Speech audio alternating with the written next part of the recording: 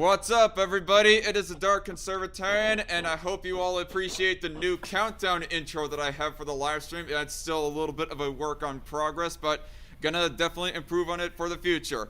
And for right now, I have with me, for my co-hosts, JJ, or otherwise being known as right now, Jonah Williamson, Reckless Trucker, and the incredible Aspie with me.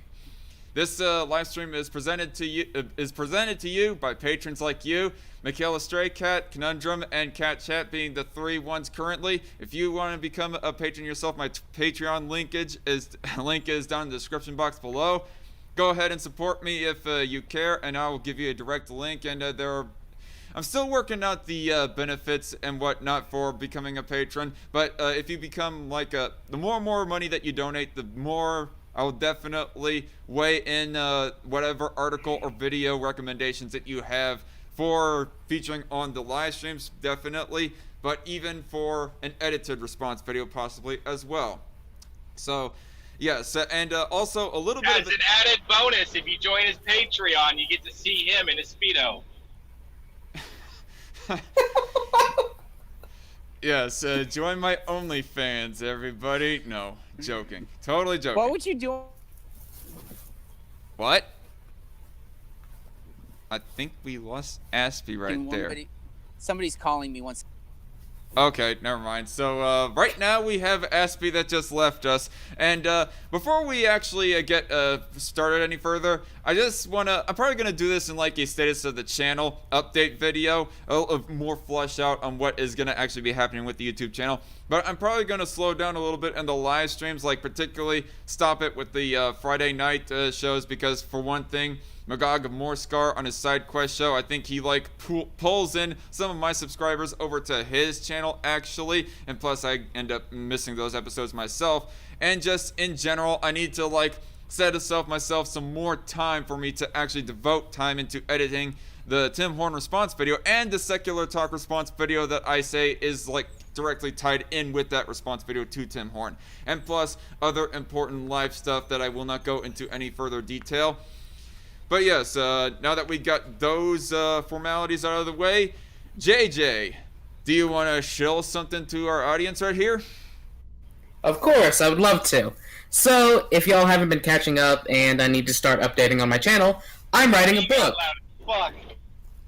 Actually, your mic is loud as fuck, JJ, not gonna lie. Oh, shit. Okay.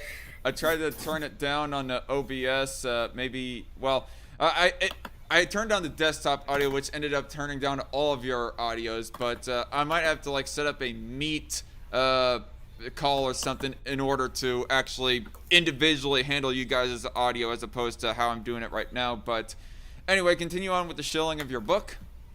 Of course, I am writing a book. If y'all haven't been keeping up, the title by the name is Unconventional and Unjust. I'll be trying to get it out by the end of the year, but it all depends on how long it takes to actually write the book and market it and all of that.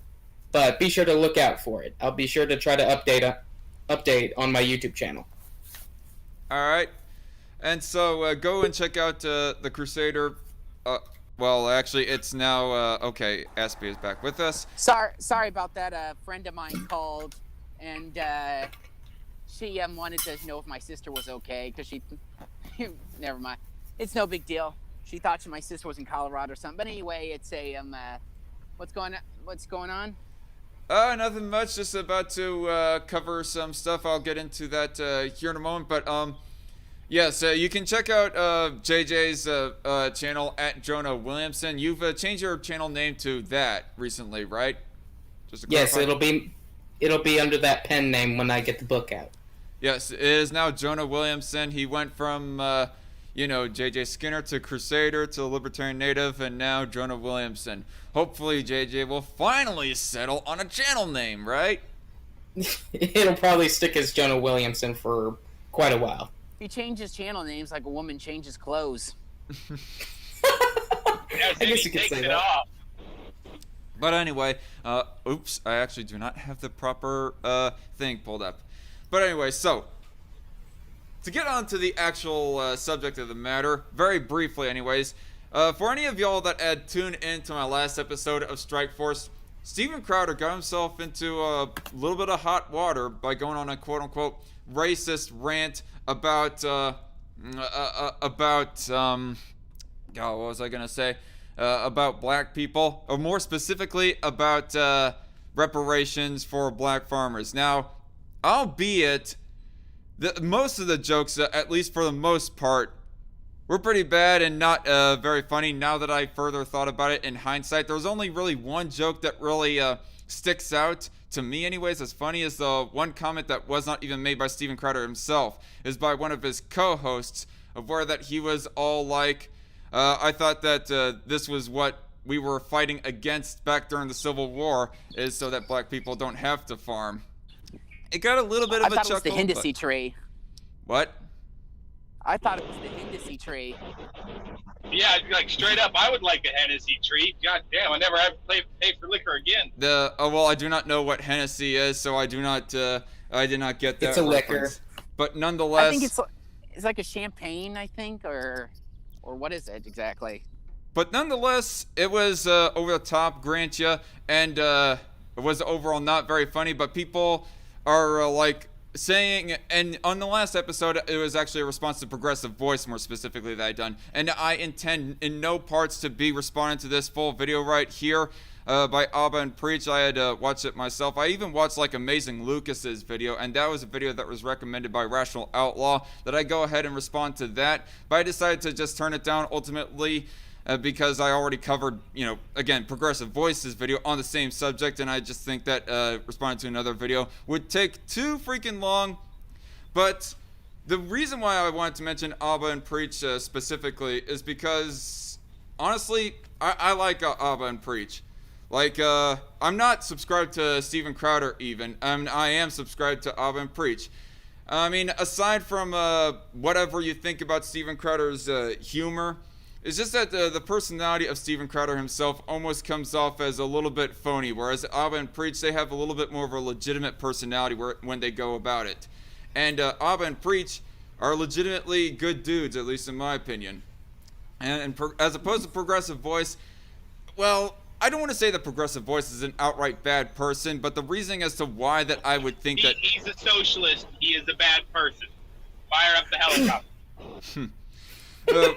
All right, fair enough. Jokes aside, though, but the reasoning as to why that I could see that Progressive Voice, as to why that he would be calling Steven Crowwder a racist just for, poking fun at black people stereotypes, is because either A, he's a sheltered dweeb who hasn't seen a whole lot of comedians at all, or B, he has a bit of a double standard between black comedians making jokes at white stereotypes versus white people making jokes at black people stereotypes. And as you know, in the last episode, I got pointing out Eddie Griffin as to how he's an example of a black comedian that goes poking fun at white stereotypes and general racial stereotypes in general, and yet he doesn't get called out racist by the left hardly at all, and yet Steven Crowwder is getting that sort of shit for it. And so it just, on the surface anyways, if he did hear of Eddie Griffin, it seems to be a bit of a double standard, but either that or he hadn't heard of them. But Abba and Preach, I cannot see that being the case with them. I mean, with their personality and whatnot, I would have thought that these two, with how lightened up and how charismatic they are in their personalities, that they would have at least heard of Eddie Griffin, maybe even seen a few of his skits. And, I mean, I cannot imagine that the case, much less can I imagine it being the case that they have a bit of a double standard when it comes to what kind of comedian can make what kind of jokes. Like, it just makes me pose the question. Like, this isn't a question so much to the left because, for the most, or I don't want to say for the most part, but there are a whole lot of leftists that I'm sure will go saying, pulling a whole bunch of mental gymnastics, saying all the sophistry of, punching down, that's not allowed, and racism plus power, or prejudice plus racism is let me collect my thoughts. Power plus prejudice is racism, and black people can't be racist, and yada yada. But Abin Preach, they're centrists. Amazing Lucas, he's a right winger, and yet, or at least in general, anyways. A libertarian, I guess you could say. Maybe, but in the video where he was like criticizing Steven Crowwder, he still goes espousing or sympathizing with conservative principles himself, and here he is like going against Steven Crowwder. And so the general question that I like to pose to centrists like Abin Preach and right wingers that are against Steven Crowwder on this like Amazing Lucas is, like, what is it? Can all comedians of all types poke fun at racial stereotypes of all kinds of races, or should no comedians at all be poking fun at racial stereotypes at freaking all? That's just the general question that I want to pose to them. Like, I want an honest answer from people about this whole issue. And I guess I have talked long enough. JJ, I'll let you have the floor since I know you might have some things to say. Just like how Zach said with Abin Preach, I love the guys. They expose double standards and bullshit. So when I found out that they went against Steven Crowwder for bad jokes, it kind of ticked me off a bit, because I'm just like, first of all, y'all are comedians. You should understand this kind of thing. But at the same time, are y'all too deluded in your beliefs to understand that, oh, it's just a joke? Why, try to analyze it too much? It's just... And I have to ask the same question. Is stereotypes a step too far to go after? Or is it some other type of double standard y'all secretly had that you exposed yourselves online? And if you really don't like it when the comedians in general go poking fun at stereotypes at freaking all, well then, to each their own as far as opinions go. But it doesn't mean that necessarily that a comedian that does poke at stereotypes of other races, it doesn't mean that they actually outright hate or have a disliking generally of that race or whatever. And so it just, it doesn't necessarily compute. I mean, yeah, you can criticize Steven Crowwder for his brand of humor, but I don't think it automatically means that he dislikes black people or whatever. Like, I thought that it was kind of dumb, the comment that he made of, I do not know how you find this many farmers of color or whatever. I mean, I did that fair enough to all the Abin Preach fans that said that in the comments section. But just on the general notion of this being a sign supposedly showing that he has racism or general hatred towards black people, I just don't see it as that way. Unless Eddie Griffin hates white people and he's showing that by poking fun at white people's stereotypes. Like, I don't get it. Neither do I. Well, Matt, can I come in and say something? Go ahead, by all means. All right. I hate to be a bit of a contrarian here, but I don't think the issue at the center of this is exactly Steven Crowder's jokes, because jokes regarding stereotypes are. I mean, the rule that I've always learned is that if you're going to tell jokes about using stereotypes, it better be funny, and it better be at least tasteful, because from what I know is that I remember when I was in high school, I told a lot of really bad jokes to a lot of different races, and they all found it funny. But I think that was because I took the time. But the thing is that exactly, cancel me. But the thing is that I think at the center of the issue here is that a lot of people like Amazing Lucas felt like Steven Crowwder was misrepresenting the policy that was at hand here, because the policy was I guess you call it a reparation, a sort of payment out to minority farmers for past discrimination, and there were certain things like sort of discrimination by omission from like certain from our agricultural subsidies and some things as those lines, but it's not exempt. But if you're going, I think what the main issue here with Steven Crowwder is if you're going to make is two things. One, if you're going to make a argument about against reparations and using stereotypical jokes, you better make sure that it's at least valid and funny, because I really don't think Steven Crowwder got his point across. And number two, if you tell him a joke, it makes you look like an asshole. Is what I'm trying to say here. It's when you make jokes like that. It wasn't really even funny what he said. Fair enough. Fair enough. He did come off as an asshole, but let's also keep in mind that humor is kind of subjective. Like this kind of joking around may be so freaking sure, subjective to where that he and his crowd are in a bit of a minority, anyways. But nonetheless, it's just I don't think that it is like an absolute sign that he in general just dislikes people of color in general or whatever. I'm just saying that he's a bit of a try-hard. Let's put it that way. What are you saying? He was trying way too hard, in my opinion. That's exactly what I was trying to say here. Is that even though humor But wait, is subjective, Aspie. I'm sorry. Let him go. Okay. I was just trying to say it can be perceived that even though he is a comedy show, he's also a show that does a lot of political, I guess you could say activism, political commentary. And when you're trying to make a political statement or a argument about a specific policy, I think it came using stereotypes. I think it came off very badly. I think you should work to separate the jokes from the actual arguments regarding policy. And I can hear you driving through wherever you're driving. Yeah, through, I mean, reckless. Your background noise wasn't too bad beforehand, but because it kind of drowns out to Aspie's mic, primarily because his is so quiet. Trucker is just a future reference. But yeah, what was I gonna say? Is that I wish that Steven did like go down on the policy side of this a little bit more, which that's the more important issue in the grand scheme of this thing. I mean, in general, I mean, right-wingers are just against reparations just because, or just against that kind of big-time government spending in general. Like, the issue here is in regards of loans. There is a question on what the average credit score is of everybody within a given race, which I would have to definitely look more into that and present the evidence on the next episode of Strike Force. But that's actually one of the points that one of his co-hosts kind of brings up, but they did not go diving deep into that. They just ended up ultimately, yeah, not really diving into the substantive side of it. Yeah, it would have been better if they expanded upon that situation. Can I jump in here with a bit of a rant for myself too? Go ahead. Go right ahead. Alright, so first off, like, I don't believe any of these people are actually offended, especially that Lucas guy with the whole, like, head slightly tilted down, condescending mom look, eyes wide open. Like, no, this is AstroTurf. This is fake as hell. Progressive voice is just looking to take a shot, and I think he blew his load early, like always.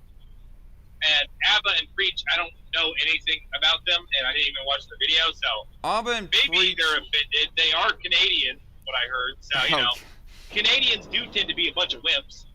Well, I don't. I'm not gonna necessarily pin that on their Canadianism, but go on. Look, I'm just saying, blame Canada. Anyway, Always blame Canada, I agree. Anyway, the other part of this is talking about reparations in relation to black farmers is one of the dumbest things I've ever heard of at all in regards to reparations. Because even with the supposed historical racism against with loans against black farmers, are you telling me that today black farmers get excluded from government subsidies?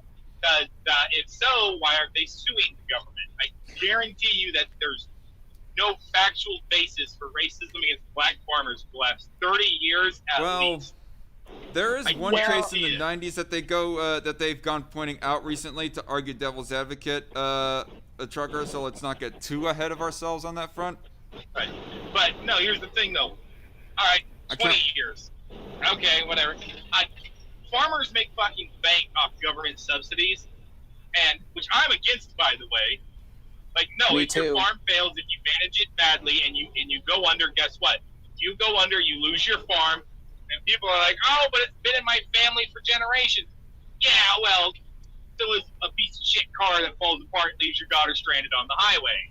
No. So, that whatever, is a pretty good argument. That. You know. Anyway, and the other part of this, too, in regards to reparations, is I can point to several black, well, not black, there was a different African ethnic groups that have moved to America post-civil rights and have become successful and come from a much more disparate and different culture than Black Americans do. So, Mm-hmm. no. And they came with less than what Black Americans had. Black Americans at least had an understanding of American culture. Somalis, Ethiopians, South Africans, Nigerians, a handful of others. Those ethnic groups didn't come to America in any large numbers whatsoever until after the 80s, and they're pretty darn successful for the most part, except in They Wisconsin. are much more successful than Somalis Black are Americans. Somalis in Wisconsin just become like Somalis in Somalia for some reason. Anyway. By the way, But just yeah, a little FYI, and, just a little FYI to everybody in the chat. Nobody is actively blocking messages. Not that from what I can see here in the live chat. None of the mods, and certainly I'm not blocking any chat comments. Maybe it's a possibility that YouTube is just, I don't know, auto-deleting certain live chat comments. I'm sorry if Knowing that YouTube, ends up they the probably case are. being some of the case. That This, sucks. I hate that. I hate the fact that I'm a sounds like YouTube. YouTube. I hate the fact that YouTube auto deletes a whole bunch of comments. Like if somebody starts cussing below in your comment section, they delete it. Oh, come on, those are like my favorite types of comments. Please stop. And also, Yeah, seriously. please, I remember one guy. Remember one time I had a video up where I criticized the Dank Brigade and right. I got, Aspie, sorry, I did not want to go on too much of a side tangent about that issue, but Let me add on one last thing, though. all right, and then I was About gonna this, add all one right? last thing, and then we were gonna move on. And the last part of this is that, simply put, having race-specific anything in a bill from the federal government should be, and I think is, a felony. It's a crime. It's against the law, civil rights law. So, the problem is, who's going to enforce it against the federal government? The federal government? That ain't going to happen. And this is nothing but AstroTurf, Carlos Mazza style. I have my doubts Lucas is a real libertarian or Republican or whatever after watching that video. And reparations is a goddamn joke because infinitely tons of ethnic groups from Africa have come to America with infinitely less financially, culturally, and, like even education-wise, and become some of the most successful ethnic group in America. There's no excuse. Mm-hmm. No. There's that argument. It's fucking curb stomped American history X and style. here's the thing about. And can I say something about regards to reparations? If you want to want to help the Black community, just giving a bunch of money to a bunch of people, one big giant mass payment's not really going to fix anything because it doesn't fix the underlying problems. Yeah, right? You want to. And plus, the problem with reparations is that you're not just giving reparations to the people that have actually suffered the thing that they might be deserving of reparations. Like in the example of slavery, like nobody's alive during the slave days. Now, if you want to bring up Jim Crow laws, even not as much reasoning for reparations. I mean, you just needed to get rid of that government tyranny in the first place. Well, we've already given lots but of reparations to the it- Black it- community. I'll in the say form this of- much. One last thing, Trucker. And the thing is with reparations is that you're not just giving money to the people that suffered, but you're also giving it to the grandchildren of those people that have suffered, who the grandchildren, anyways, have not suffered that same systemic racism. I mean, just All look right, at so welfare. Real quick, I will say this much.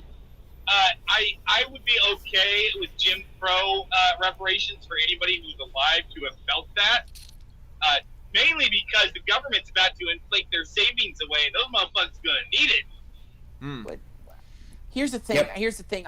The reason why I'm against that still is because at least to mass money payments, just blank money payments, is that It was an economic joke. I really don't want to waste money. Okay, if it's just going, this is gonna sound horrible, but if you just hand out a bunch of now given the many cultural problems that exist within the Black community, you're pretty much just handing a big giant cash payment to Nike, and a whole bunch of these other companies, because if you look at them spending patterns, 78-year-old grandma going out to buy Nike. I love it. That'd be funny. That probably not happen too often for the record, people. But you're saying, SB? It's a joke. I was saying it was an over-exaggeration. What I'm trying to say is that the money will not be spent. It's not all the money will be spent well. I'm pretty sure there would be some black people would spend the money well, but en masse, it won't really fix any of the underlying problems. There are many honestly, that problems seems in the black community. Honestly, that seems to be more assertion rather than factual. I would encourage you to be doing more researching up to back up that point, Aspie. I'll add Otherwise, this much out. No. I mean, I'm not. Well, I'll add this much. In defense of Aspie, here's the thing. Just giving money to poor people, which I am for. I'm more for that than I am for the modern welfare state. Because screw it, that's got to be better than what we're doing right now. But just giving money to poor people is really stupid, because poor people are poor for a reason, and the reason is because what they did with their own money when they got it. So what do you think they're going to do with someone else's money when they get it? He is right to an extent. That's what I was basically trying to say, is that in order for mass money payments to be effective, they got to spend the money well, and I don't think a lot of them would spend the money in a way which would be beneficial for their community. I mean, just look at Black Lives Matter. Well, I don't know. You could say that for people of for the general population, in general. I mean, maybe it's a reasoning as to why not to give anybody freebies at all. Not just pertaining to reparations, for the record, leftists. But anyway, the last thing that I wanted to say is that in this video, at one point, if I recall correctly, Abba and Preach, they said essentially, basically along the lines that if you go denying the left narrative in regards of systemic racism and white privilege, and more specifically, not those verbatim, but if you go denying the discrimination within the USDA as regards of loans being given out to black farmers versus white farmers, that you're a liar, or more specifically, that Steven Crowwder is a liar. And I just got to ask the question, Abba and Preach, I thought they were a whole lot more decent than that, to say that people who go denying other people's racial narratives are liars. What's the big deal there? People who just, I mean, is that's just the general question that I go posing to people like Abba and Preach. People who go denying different race narratives, are they really a liar? I gotta say no, and that's probably, I guess, the bigger reason as to why that I did not like this video. Not just because they're calling Steven Crowwder a liar, because there might be some reason to say that he is dishonest. I mean, looking back at the Potholer drama, there were some facts, as pointed out by Potholer, that he omitted. But at the same time, later on, he did kind of admit that he was somewhat off base and wrong, after he saw Potholer's videos responding to him and so forth. But nonetheless, there is a little bit more reason to say that Steven Crowwder himself is dishonest. But say, for example, there's just a random person that says, I doubt the leftist narrative in regards of systemic racism and white privilege. Just that alone. Is that really lying? No, it's just a difference of opinion in my opinion, anyways. Now, if you go, I would go one bit further and say anybody who accepts the leftist narrative of white privilege and America still having systemic racism, either they're the liar or they're so dumb they deserve a drool cup and a padded room. Oh, jeez. I agree. Now I agree with that. In fact, I will because say blindly accepting that as fact not only is foolish, but it will also lead to more issues in the long run. I will say that if you ultimately go denying cold, raw, hard facts in regards of that, well then, yeah, there might be more of a point to say that they are dishonest or a liar or whatever. But Steven Crowwder and the rest of his crew, and everyone else for that matter, as far as I've seen, are not denying the raw fact itself that the people who happen to be denied loans more often than other groups of people are black farmers as compared to white farmers. But the question that people are posing is, why is that? The biggest thing that Crowwder and everyone else that falls into his camp are doubting is the racial narrative of it. Like, we do not think that it's because that, the USDA hates black people. They're not denying a person a loan because they're black. They're denying them a loan because of Negro. How dare they? because of poor credit. I mean, that's the biggest question. I mean, I'm not going to say that as fact. I'm going to just pose the question: are they really denying their loans because they hate them because of a different skin color, or because they're lacking credit history? Like, I want to think that it's the latter, but then again, I'll have to look more into that to see if there are statistics to back it up. So.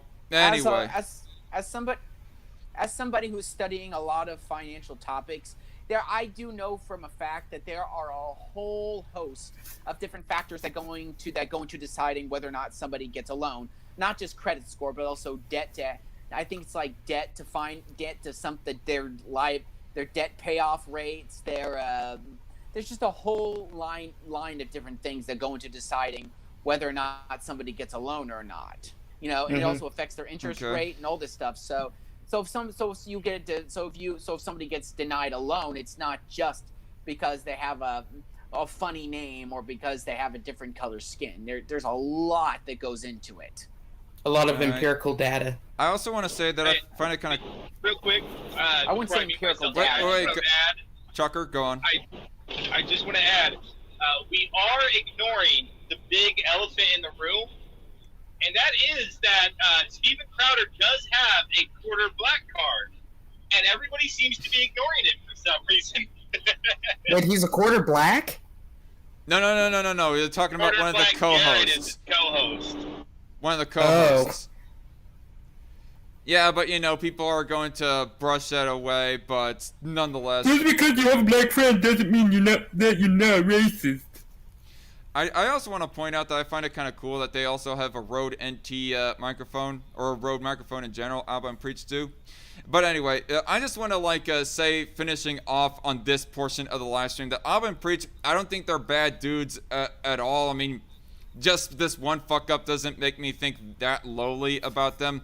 It's just one single mistake. And in fact, I am still subscribed to them and find them to be generally of a very, very likable personality. Actually, for the most part, almost all the time, a likable personality. It's just that this one time was the exception. And I want to say for the record as well, Alba and Preach, they are not usually this uncharitable to right-wingers. Like, they made a response video to Ben Shapiro in regards of systemic racism, and they were rather measured with their response to Ben Shapiro. They said, you're right on some things, but you're also wrong on some things to Ben Shapiro. So credit to them where it is due. And that's where I'm going to end it off. Do you guys have any final words to say about that? Or shall we move on? The communists stole my jobs! What? You said you're coming to steal your jobs? Are you just quoting South Park randomly, JJ? No, I said the communists are stealing my jobs. Alright. Oh my gosh, they killed Kenny! So for the... Kenny, wait, what? Is this some breaking news or something that you just found out? No, His name no. is not Kenny. It's Ken. No. I said when oh God, they killed Kenny's a running gag in South Park. Oops, my bad. Never mind. By the way, I just want to say, for the record, I haven't greeted the chat yet. Hello, everybody who might be watching in the live chat right now. JC Armitage, Cat Chat, Krish the Fish, Godly Goat, Libertarian Sith, Red Feather, and Mr. Nobody Returns. Welcome to the show. And if you're liking the commentary so far, do not forget to hit that like button. Or if you're a detractor who really thinks that we're all a bunch of pieces of crap just for differing on the general narrative that is going against Steven Crowwder, well then by all means hit that dislike button as well. And if you're new to this show and want to see more content like this, don't forget to hit that subscribe button and hit that bell notification button and hit it, set it to all. This isn't my best content, these live streams anyways. I do edited response videos, but like I said, I have yet to fully get back into that. But anyway. Real quick. Is libertarian cis, is that white cis male? I don't know. Actually, I think there are two different characters. By the way, I gotta say, white cis male, he had that name like 5-6 years ago or something. Like, that dude was ahead of his time with that name. Like, straight the fuck up. Right, being a pun on cis. Give DarkCon all your thumbs, says Red Feather. No, I need everybody to keep their thumbs so that they can, like, handle those firearms when the time comes to have to resist criminals or whatever with their firearms and whatnot. I don't need everybody's thumbs. I don't keep your thumbs, you fucking tards. What do you think I have? Like that I keep a thumb collection or something, Red Feather? Come on, take it easy. You Red. have a thumb fetish. Take it easy. No, fuck you. He's got a white cis shit. If anything, I got a big butt, skinny waist fetish. JJ, thank you very much. Okay, Zach, we get it. You're horny. Call the horny you're police. you're the one who brought up fetishes, so I thought I'd just respond, JJ. So up yours. Hey, you're correct, but shut up. You have a thumb By the way, collection you on gotta YouTube. check- Fair enough, Red. What are you saying, Aspie? You gotta check out that Twitter thing, the horny police. It's hilarious. Apparently we just lost Trucker, but I guess hopefully he'll be able to join us back on. But anyway, so getting on to the main meat of the live stream here, maybe I'll make a timestamp for when that we're actually getting to the guns issue. But anyway, this according to USAToday.com. Stand up, fight back. Atlanta rally decries anti-Asian violence. Mourns spa shooting victims. Atlanta, as people nationwide rallied in support of the nation's Asian American community after last week's killings in Georgia, hundreds gathered over the weekend in downtown Atlanta for a rally and march to honor the victims and decry anti-Asian violence. We have been invisible and ignored in our country for over a century, New York City-based actor Will Lex Ham told the crowd on Saturday. We are getting violently physically attacked. It took an elderly man in San Francisco to die and to get attention. It took 6 Asian women to die in Atlanta to get people to care. What do you want people to do? Do you want them to like start an extra special campaign against Asian violence? I mean, already people are against murder as it is, as just a freaking generality. This does not include Asians. I don't get what you want here. You just want to be like an extra special snowflake, it almost seems like. And here's the thing, I don't even think this wasn't a specifically anti-Asian attack. From what I've heard, this is a guy who had a sex addiction, and he blamed it on these like hospital places, these like massage parlors, and he went off. It's horrible, but I don't think it was caused by, Trump calling this the China virus. That's from what I heard. Right. I mean, is that really the connection that people are drawing as to how this is anti-Asian? Is because Trump said stuff against the coronavirus that it indirectly ties in China, so therefore anti-Asian, anti-Chinese hatred is on the rise? Well, I think that's just part of it. Well, I think that's just part of it. I think they feel as though there is a huge rising sentiment of anti-Chinese or anti-Asian sentiment because the coronavirus did come from Asia along with a couple other viruses like the swine flu or SARS. So people they feel like they're because of this, and I think there has been a slight uptick in anti-Asian hate crimes. But yeah. But I don't. But to blame this specific attack on the anti-Asian sentiment that's been fostered by the coronavirus, I think is a really bad conclusion to make right off the bat. Mm-hmm. I mean, statistically, It's I guess quite foolish and will only lead to more issues. I guess it's safe to say, and not too surprising to say, that a hatred of Asians has been slightly on the rise ever since the coming of the coronavirus and whatnot. But in extension to what Aspie said, and more directly connecting to the shooting right here, correlation does not always equal causation. Just because Trump calls the coronavirus a China virus does not mean that necessarily this shooter, that doesn't mean automatically that this shooter who was killing like primarily Asians necessarily had a hatred towards Asians. I mean, for all we know, he just coincidentally ended up in a crowd that was majority Asian or whatever. But anyway, 8 people were killed in Tuesday's rampage. And also, I want to say for the record on my past comment about this special snowflake comment, like, there is a justification that there is a justified victim mentality when you're like the subject of a mass shooting, or you are almost the subject to death in a mass shooting. But that's not what I'm calling him a special snowflake for. It's like, do you really want a special campaign for Asians in regards of, you know, speaking out against murder, against gun violence in general? It doesn't. I don't see people as needing it because people are against murder as it already is, and that does not disinclude Asians. They're calling him some guy in the comments called the shooter the Coomer shooter. Wait, what? Oh, Jason Armitage. Did they ever say what kind of gun the Coomer shooter used by any chance? Oh, jeez. Well, anyway, 8 people were killed in Tuesday's rampage, 6 of them Asian women. Though police say the suspect said he did not target them because of their race. Okay, there it is. I mean, there seems to be a little bit more evidence against the racial narrative than for the racial narrative, thus far anyways. This according to USA Today, for the record. The crime touched a nerve in a community already reeling from a year-long rise in anti-Asian incidents that has spiked in recent months. And again, correlation doesn't always equal causation. The crowd in Atlanta gathered near the state capitol, many holding signs reading "Stop Asian Hate" as ham. Among the event's organizers led them in a chant of "Stand Up, Fight Back." And by the way, when I say ham, I'm not referring to Cult of Ham, y'all. I'm talking about this Will Lex Ham character that they mentioned here.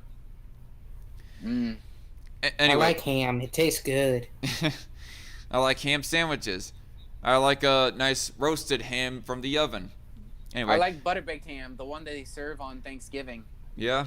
Gaby Lynch, honey. or Gabby Lynch. It's only spelled with one B, which is why I'm almost thinking as to maybe it's pronounced like Gaby Lynch, even though like a gay baby. Oh no, Gaby. no. It's a fucking Gaby kill. No, JJ, it was already bad enough for feminist or everyday feminism to suggest that sex starts, or teaching sex education starts at day 0 at birth, but I mean, but now you're making jokes of gay babies. Come on. That was a real movie, buddy. Abort the gay baby. What about the Trabies? What? Trans babies. Wait, what? The Trans babies. Oh, it sounds like scabies, but like a trans version. Jeez. Labies.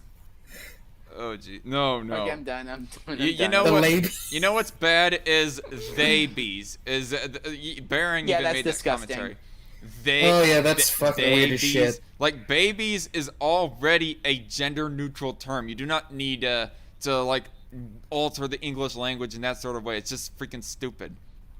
Anyway, it sounds like a neo-pronoun type bullshit. Let's get off of the pronunciation or mispronunciation of the name. I'm just going to pronounce it like Gabby, the traditional way. Gabby Lynch, 32, carried a piece of cardboard that read, "Does this sign make me look submissive?" What? How? What? I cringe. Like, what the heck is your message even supposed to be right there? Am I submissive for holding a cardboard sign? You know what? You'd look less submissive if you held a gun, not if you held a sign. I mean, any weakling, not saying that you're a weakling necessarily, but literally any person, even weaklings, can like hold up a sign. It doesn't take much. But anyway. No, you just look like a bitch. Jeez. You heard that, everybody. JJ thinks protesters are bitches. They are. I will not deny that. Uh, anyway, the daughter of a Filipino man and a Korean, Japanese, Irish mother, Lynch said the event was her first rally and she was heartened to see the community support. It feels like home, like we are surrounded by family members, said Lynch, who works in wholesaling in Atlanta. We need people to know that we are not just silent and quiet. And by the way, I just want to say for the record, everybody, I'm pretty sure that JJ was just joking there about the comment towards protesters. I was. If it wasn't already, obvious. Anyway, newly elected Democratic Senator Raphael Warnock of Georgia offered his support to the crowd and promised to use his position to fight discrimination, racism, and gun violence. The tragedy has prompted an outpouring of support as communities nationwide from Phoenix to Philadelphia gathered to mourn the dead. A coalition called the Asian American Leaders Table had compiled a list of such events around the country, some of them planned over the weekend or later this month. Victims named. We now know the names of all 8 people killed in the Atlanta area spa shootings. Here's who they are. All right. Meanwhile, a GoFundMe campaign to help the family of one of the victims, a single mom of 2, had raised nearly $2.3 million as of Saturday morning. That's a lot of money. Obsidian, hello, welcome to the show, by the way. He says in the chat, if gun laws worked, we wouldn't need any more laws. That's true. Yeah. Anyway, a suspect entered spa an hour before the shootings, video shows. Surveillance video released Friday shows the suspect in the killings leaving the spa where the first shootings are believed to have taken place. Did I just hear the little clicker? Oh yeah, I did. Trucker is back. Sorry about that. My brakes caught on fire. Wait, what? Oh shit.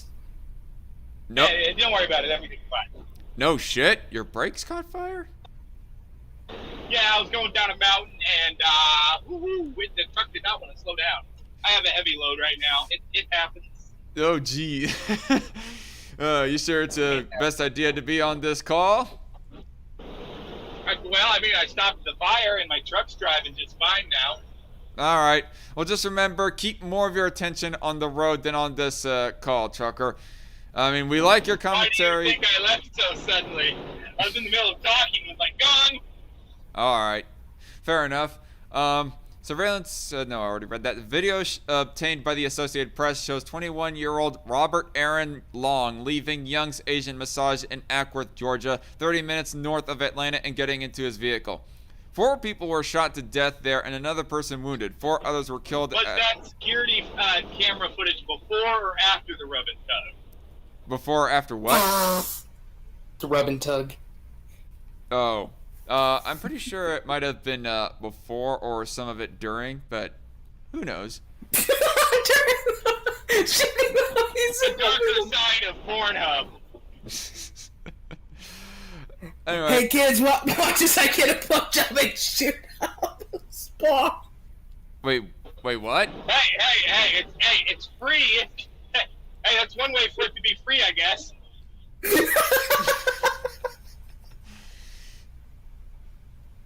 Anyway, 4 people were shot to death there and another person wounded. 4 others were killed at 2 other spas in the Atlanta area. Other video footage obtained by the Washington Post, don't care about the Washington Post, indicates Long, 21, spent an hour outside Young's before entering the spa. An hour and 12 minutes later, he is seen leaving the location and getting into his car before police arrived, the newspaper said. Wait. So he told the cops that he had a sex addiction, right? I think that was part of the story. And like he'd been going to these places and getting tugs. Did he legitimately go to all these places, get a hand job, and then shoot them? Like, is that what actually happened? If that's what happened, holy shit! That is some dark shit. I don't That's know. Even darker than a mass shooting. My God. You know, That's a hell of a what's it called? Like, ugh. Man, I ruined the joke. Gosh damn it! A post-nut clarity. That's a hell of post-nut clarity. I was gonna say fetish. Goddamn. Oh god. Okay, as far as those details go, Aspie was going on them about them about those details a little bit earlier when you were gone, Trucker, but unfortunately he left, so he cannot tell us exactly where that he read or heard that that information came from, that this guy was a sex addict. Oh, it comes from the Atlanta Police Department. Red Feather in the chat says he was addicted to happy endings. Do I put on the chimey music now? Heated lotion.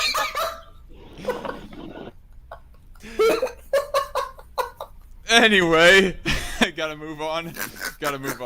More details about. By the way, real quick.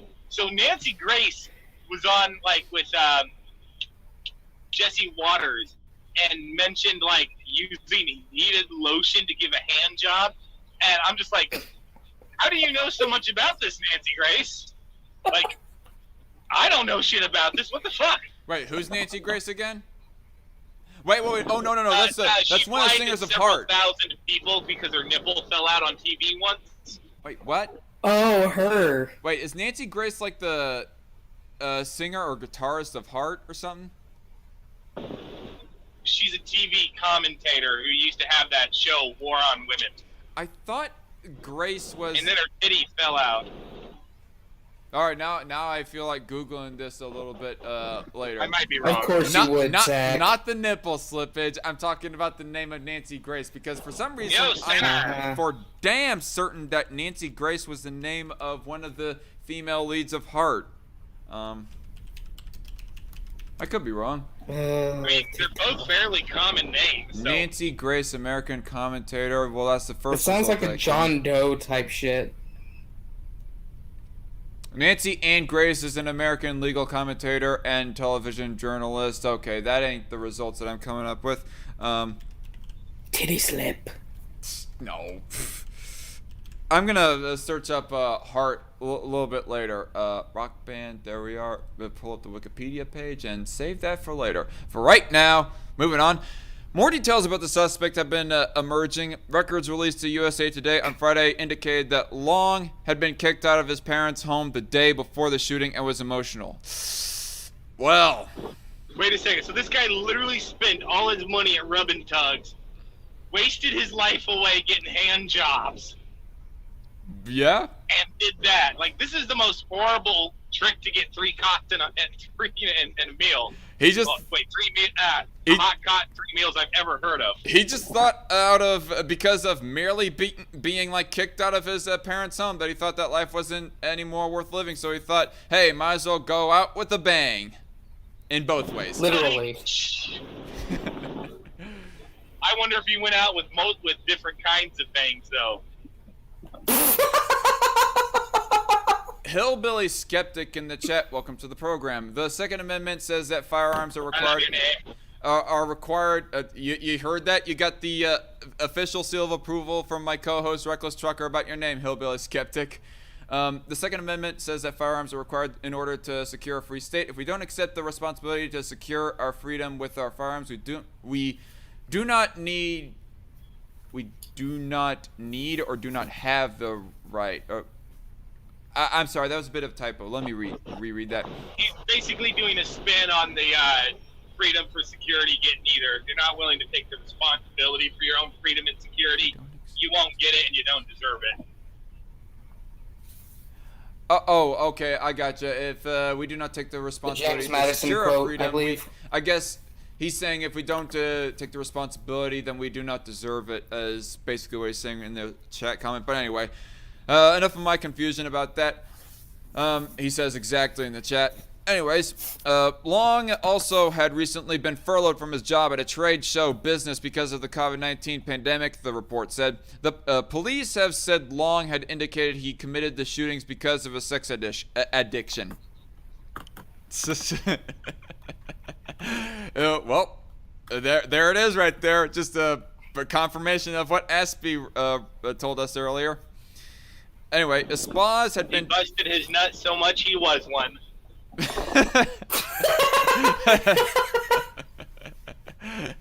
Are you calling this guy a fetus, or excuse me, no? Are you calling this guy a fetus? Are you basically calling this guy a piece of semen? Or a cum stain? Sure. We'll go with that. I was calling him a nut, but you do you. Post-nut Freudian psychosis. slip right there. Anyway.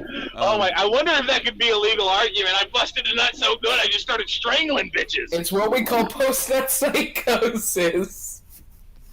Oh, good Lord. Please forgive us. It was all because of that wop, Your Honor. I swear. Oh, I'm loving this. See, this is a comedy right here. Maybe Steven Crowder can look at this and actually take notes on on how to actually be funny. Kind of Take notes, Steven. Subject. You unfunny fuck.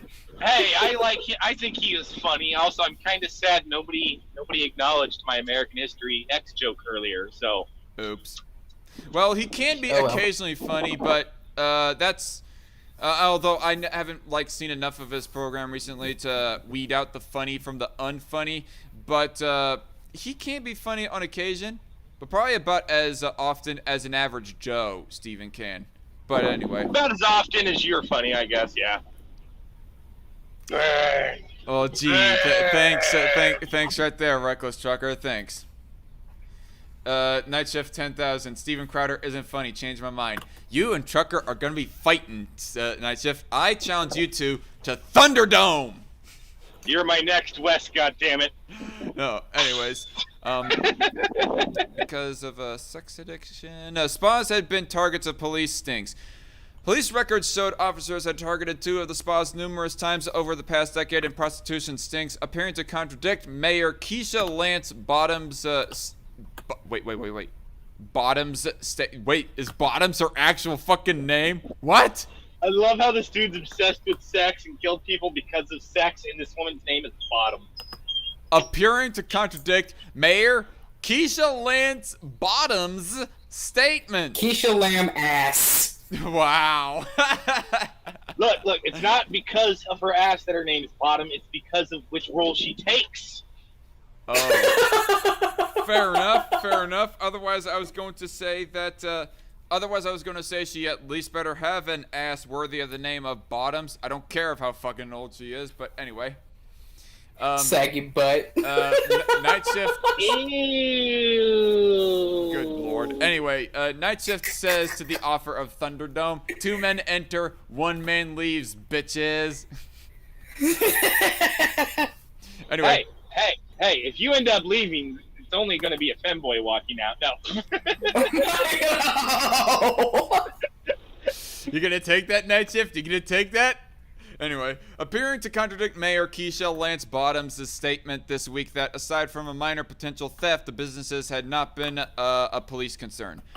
Federal investigators have not found evidence that clears the high bar for federal hate crime charges against Long, the Associated Press reported, citing 2 law enforcement officials. Wait, what?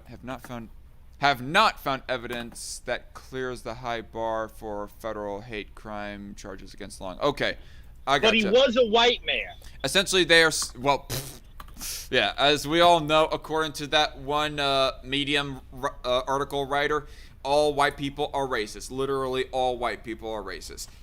Look. I guess I'm a racist. Sakai. Real quick, there is something I gotta say that is darkly humorous about this. Mm-hmm. I mean, very darkly humorous, Kira dark. Anyway, Spit it out. Anyway, the leftist, and I don't mean lefties and liberals. I mean leftists specifically have been unironically arguing for the longest time that Asian people fulfill what they call the model minority, and therefore are culturally white people. Mm-hmm. So quite literally, if leftists had any standards, if they upheld anything they said, as far as they would be concerned, this would just be a white guy killing a bunch of white women. You know, speaking of which, now, that made me think of another aspect of this story. Wasn't it not too long ago that there was a group of leftists that were lumping in Asians with white people in white supremacy? Yeah. No, they said they were unironically saying that Asians are the white people of minorities. That is a quote. Oh, geez. They literally said that, yeah. So 1 month from the left, it was Asians are the white people of minorities. And then the next month, we need to stop anti-Asian hatred. No, and on top of that, Joe Biden just made the Department of Justice, AG, drop a lawsuit against Harvard for discriminating against Asians based on race. So, like, the leftists have no, like, racial moral high ground here, and they know They it. have double standards, if they have any. No, the phrase goes, if it wasn't for double standards, they wouldn't have any at all. Yep. Nevertheless, experts have said the killings are inextricably excuse me, let me reread that. Inextricably connected to racism and hate. Oh, what experts? The police said that they Abram had X. Kendi Citations needed, motherfuckers. Look, just believe Abram X. Kendi and give him your money while he watches 9/11 happen and masturbates. Here's the thing. Police had not found any evidence of it being motivated by racism, this shooting right here. So, what are they... Atlanta, Look, who gets to decide? I'm literally quoting Abram X. Kendi here, all right? Go on.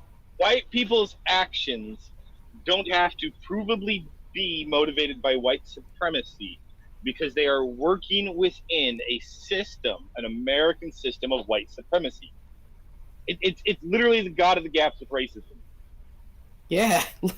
This might It's like, it doesn't have to be directly white supremacist to be white supremacist. This might have to be an article saved for later because this is the supposed experts that they go citing as to how this is like inextricably connected to racism. When I just got to Abram X. Kendi, I'll be doubt sad. that. It did not look like that they were citing Abram X. Kendi. It looks like that they might be citing this Frank Wu character. I don't know. Wait, did they find the one Asian that agrees with them? I don't know. Wait The a second. token Asian. Isn't that the guy? Isn't Frank Wu the guy from WandaVision? How could you turn on me like this? I don't know. It was just a...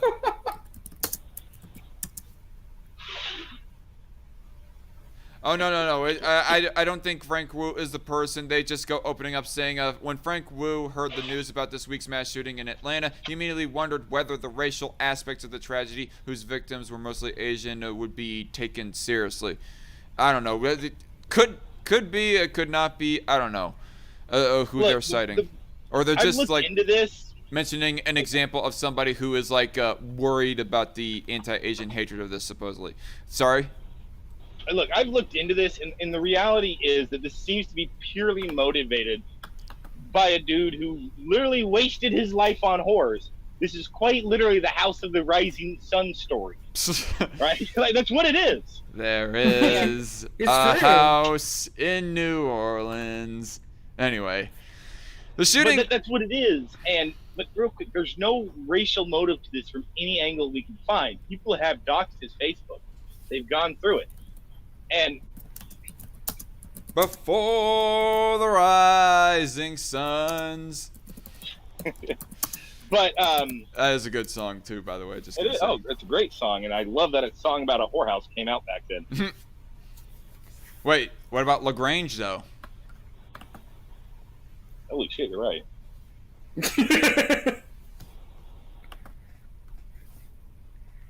Well, it must be now when I take the time by that shack outside LaGrange. You know what I'm talking about. Anyway. That just sounds like an STD fest to me. Anyway, I'm sorry.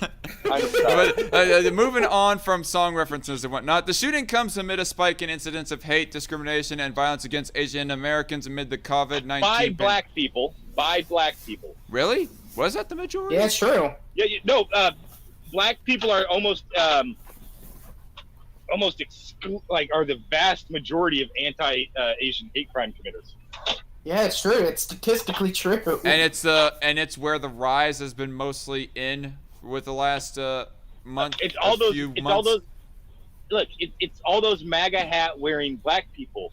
Like they got They got oh god, I forgot that queer's name. Night Shift 10,000 Jesse says. Smollier. They got Jesse Smollier. Juicy Smoulier, yeah. Jesse Smollier, famous French actor, and now they're getting the Asians. Those MAGA hat wearing black people. Night Shift 10,000 says, okay, let's set the record straight here. Is there really anti-Asian bigotry going on here? Like we said, we doubt, and as shown by the police earlier in this article, that's why I doubt it. Last I checked, the only Asian stereotypes that I heard is the stereotype that all young Korean Americans are pizza delivery boys, and that all Asian men have tiny penises. God. The edge, Night Shift. Look, they don't have small penises, they have pixelated penises. Fuck. The Japanese specifically. Oh, yeah. Anyway. Oh, we are horrible people, truly. Yep. So, anyway, the shooting comes amid a spike in incidents of hate, discrimination, and violence against Asian Americans amid the COVID-19 pandemic, fueled by politicians' racist rhetoric and Stop AAPI Hate, a group that tracks such incidents. Okay, so that's not a quote that I just read there. That was actually from the article writer itself. So I am, USA Look, Today, they're blaming Trump for Kung Flu. I usually find USA Today fairly reliable, but this article is it just went to shit with that paragraph, with that one paragraph there. What's the name of the author on that article? Let me check here. If it's who I think it is, yeah, he's actually a writer for Mark Ramirez and Trevor Hughes. Ah, never mind. I know a writer for The Root did an article for them recently about the same thing.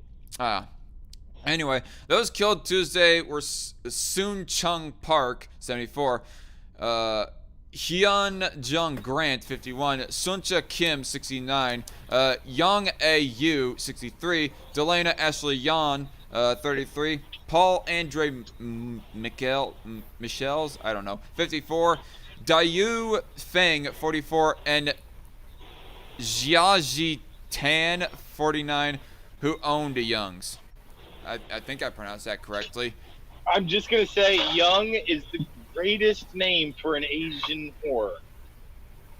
Jeez. Sue Young. Or Too Young. Even if she ain't, she's going to look it. Good Lord. Okay. Now you know why weebs are obsessed with Asian women, by the way.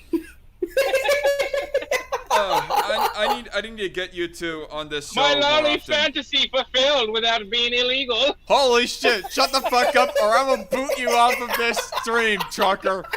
For fuck's sake.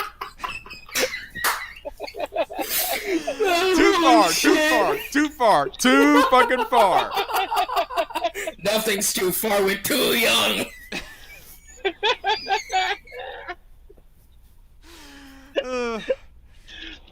Okay. I'm sorry. Viewers disclaimer is advised. Discretion. Fuck, I'm overheating with laughter. Strike Force News. This is the hardest I've laughed in like half a Viewers year. discretion advised. Strike Force News is a shit show, an edgy shit show. Anyway, the events Tuesday began late that afternoon when authorities say Long opened fire at Young's before driving 30 miles into Atlanta and killing 4 more people at 2 businesses, Gold Spa and Aromatherapy Spa. Police believe he was headed to Florida where he meant to target additional spas when he was arrested about 150 miles south of Atlanta. Wait a second. So they said that the places he shot up were listed on like one of them like horror websites. Right? That's not what I'm explicitly reading here, but if you saw that somewhere else, then... It was on yesterday's Ben Shapiro show. And, damn. Yeah. Also, what do you want to bet? Those things are so unregulated. What do you want to bet those ads are still up? Probably. Anyway, so this guy was literally doing a road trip to go to fucking whorehouses and like illegal rubbing tugs. That's what he was planning to do. Wait, I gotta read this. Jason Armitage says, Jesus fucking Christ, what the fuck did I just come back to? That's me reading verbatim, by the way, folks. No blasphemy intended. But I'm just saying, everybody who watched this is going to hell by osmosis. Anyway. Everyone send hugs to the conundrum. He's sad, says Cat Chat.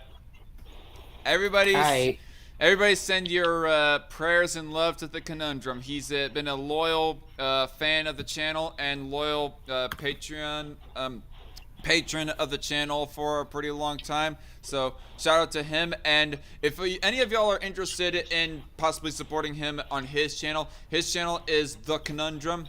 Just spelled the normal way, The Conundrum. You can't miss it if you spell it in. Anyway. I'm sorry we're degenerates.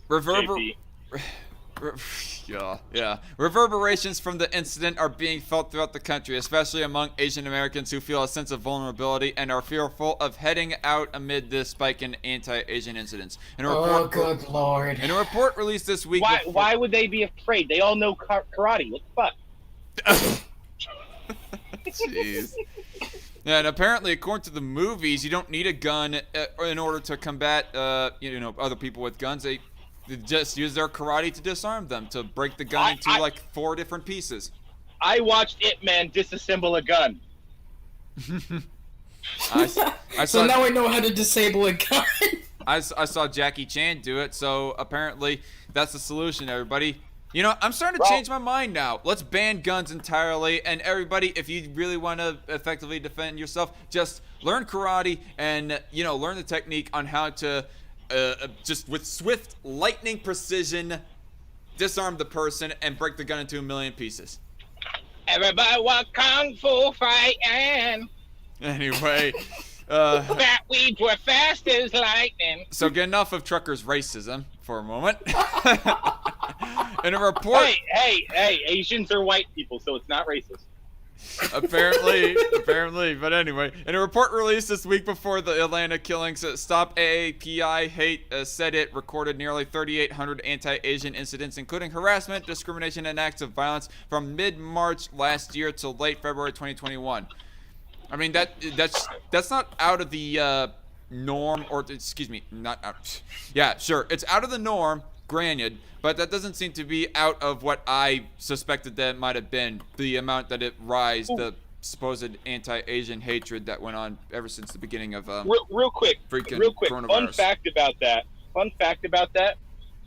Asians and obviously this isn't true to all different Asian ethnic groups because there's like a bajillion of them, but generally speaking, Asians are the only ethnic group in America that commit less crime to each other than outside ethnic groups.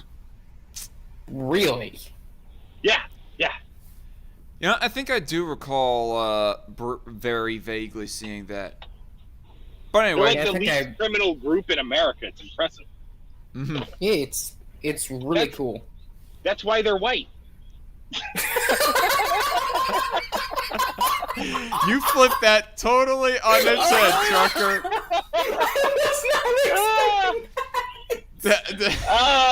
I'm a great setup, aren't I?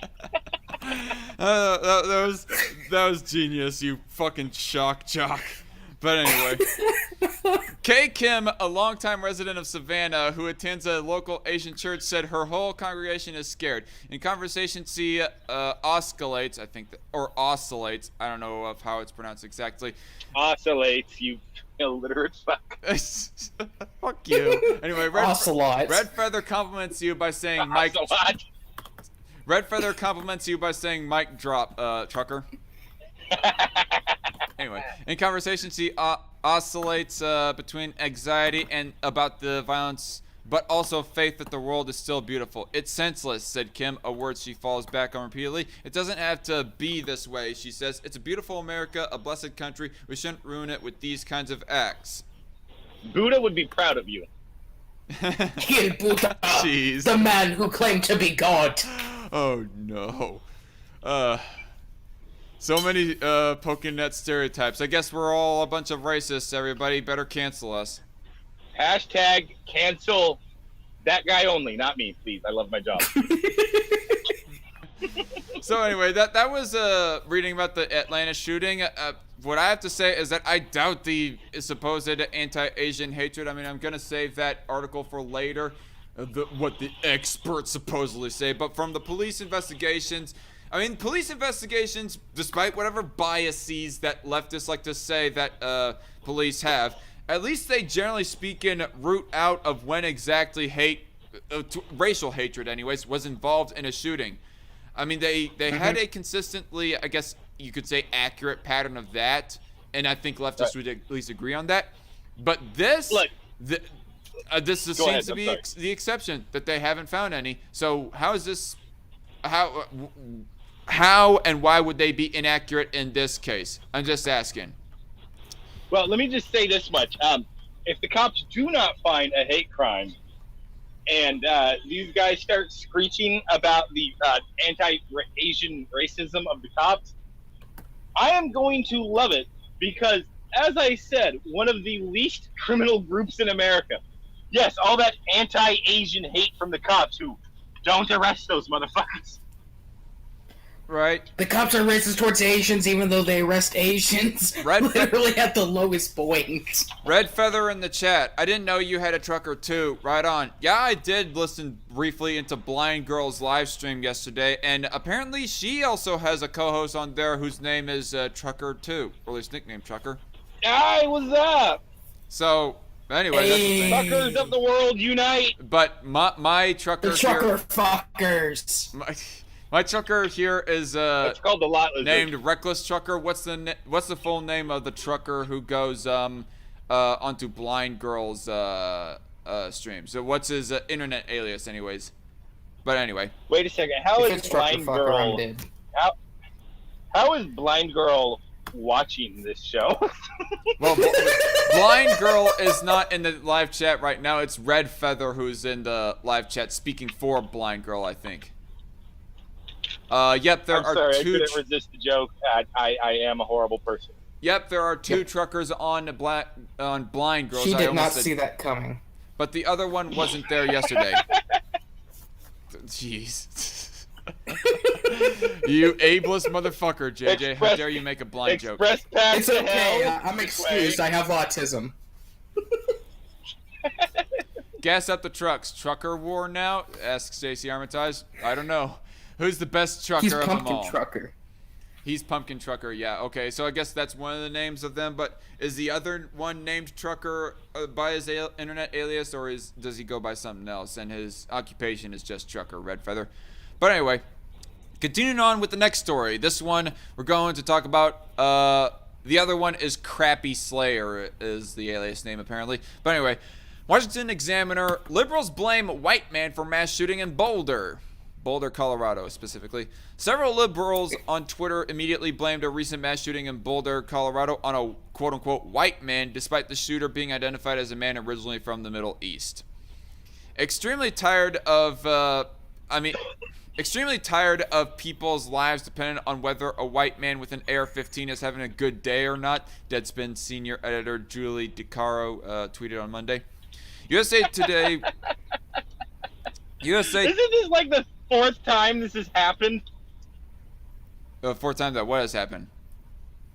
They blame a white guy and then it turns out to be like a black person or a Muslim.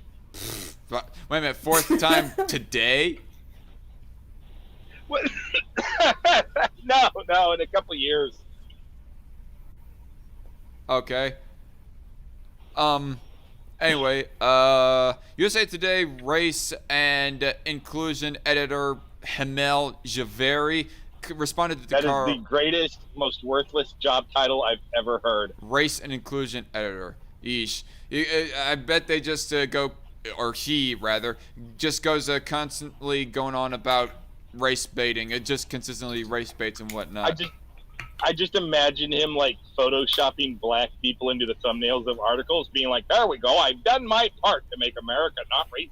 I just want to say, USA Today... It's just a black guy holding a snow cone in the background. I just gotta say, by the way, USA Today is actually, unironically, hiring this person. I may want to reconsider on, whether or not I feature USA Today article in my live streams anymore. Just because of that right there, because that's ridiculous. I would say use them and mock them. Yes. That might be the best idea.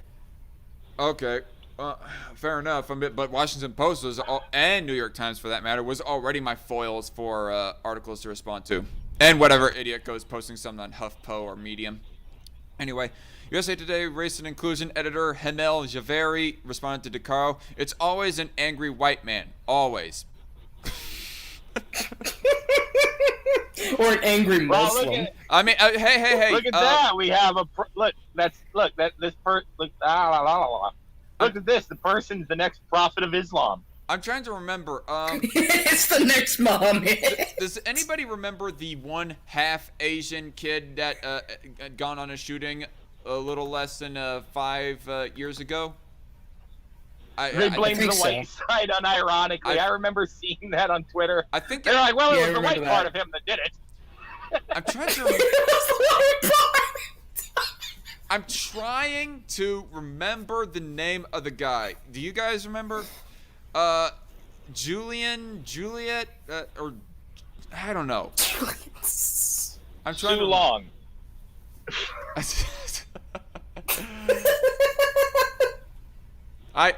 Elliot Roger, JC Armitage in the chat. Thank you very much, JC. You get Thank a wrench. you, Wait, that JC. guy was. You get Wait, a fucking that's who wrench. they were referring to? That guy was half Asian? I thought he was Mexican. Well, either way, Elliot Roger was a shooter who was part of a minority group and went on Oh a shoot. yeah, I do remember Elliot JC Roger. That dude was a fucking psychopath. JC, thank you very much for reminding me of that. And I think it was AOC that told them all it's not just enough to speak out against racism. You have to point it out, says Red Feather, LOL. And you know what? Red Feather, it is. Oh, I remember Elliot Roger. He was that incel that shot up a bunch of girls because he couldn't get laid. Yeah. I can't. Oh my god, he is literally the half Asian version of this guy. No, wait. That was the last guy. We're moving on to the Boulder shooting, not the Atlanta shooting anymore. But anyway, Red Feather, I think this has been long overdue, but you've become a moderator of the live chat as well. Congratulations. I agree. Anyway, Tamir, okay. Tamir Tamir Rice Rice? was a 12-year-old black child. Police shot him in 1.7 seconds and let him suffer in agonizing pain for 4 minutes and die. Author and lawyer Kasim Rashid tweeted, Colorado terrorist is a grown white man who killed 10 people, including a cop. Cops arrested him alive and helped him to a stretcher for immediate medical care.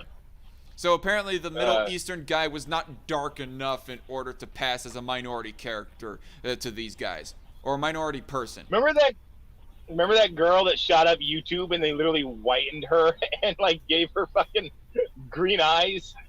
Yes, I remember that. That was hilarious and fucked. Anyway, by the way, RK2K Dragon in the live chat. Hello, how's it going, dude? Nice to see you around. How have you been? That's what's going on. Let's not lie. What'd you say? Degeneracy. Right, you're right. This live stream is just full of degenerates. You the biggest one of them all, trucker. Hey, that's only completely true. Kasim Rashid. Wait, I already read that. Mina Harris, the niece of Vice President Kamala Harris. Ugh. Blech. Oh yeah, I saw that. Responded to wait a shooting second. with the tweet.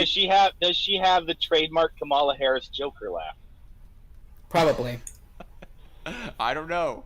But anyway, Mina Harris, the niece of Vice President Kamala Harris, responded to the shooting with a tweet blaming violent white men. And RK2K and the Dragon says, not much. All right. This narrative really isn't going to age well. This is a screen cap, I guess, by a guy named Caleb Hull. Today, a white man walked into a grocery store in Boulder and killed 10 people. He was apprehended by police and taken unharmed. Meanwhile, not far from this very store, police killed Elijah McClain as he begged them not to hurt him and apologized for not doing not doing nothing wrong. So much honesty. That's a double negative, by the way, just FYI. Yeah. So basically, you're saying that they should have apologized for doing wrong? For doing something wrong? Real quick. In modern American English, a double negative is just nonsense. But maybe this person's being Shakespearean when that would have made sense.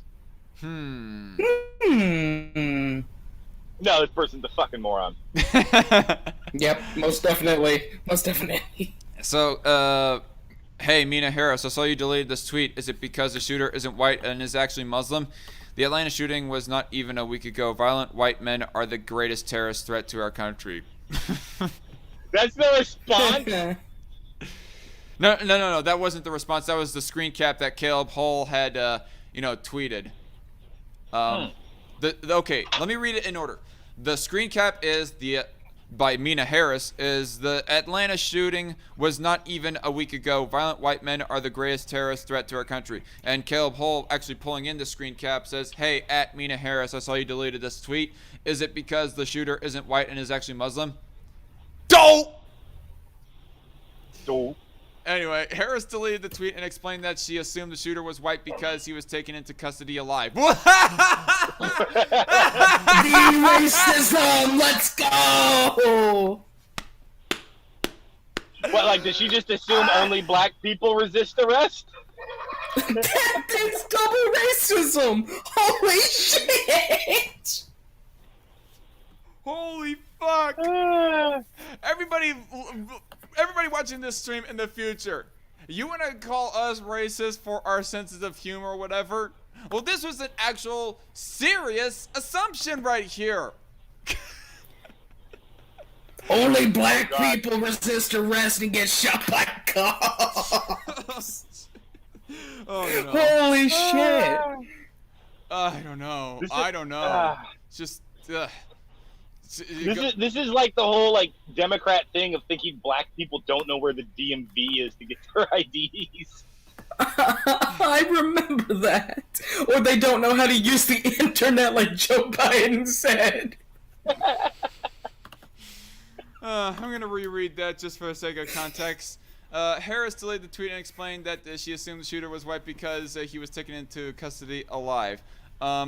I deleted a previous tweet about the suspect in the Boulder shooting, Harris said. I made an assumption based on his being taken into custody alive and the fact that the majority of mass shootings in the U.S. are carried out by white men.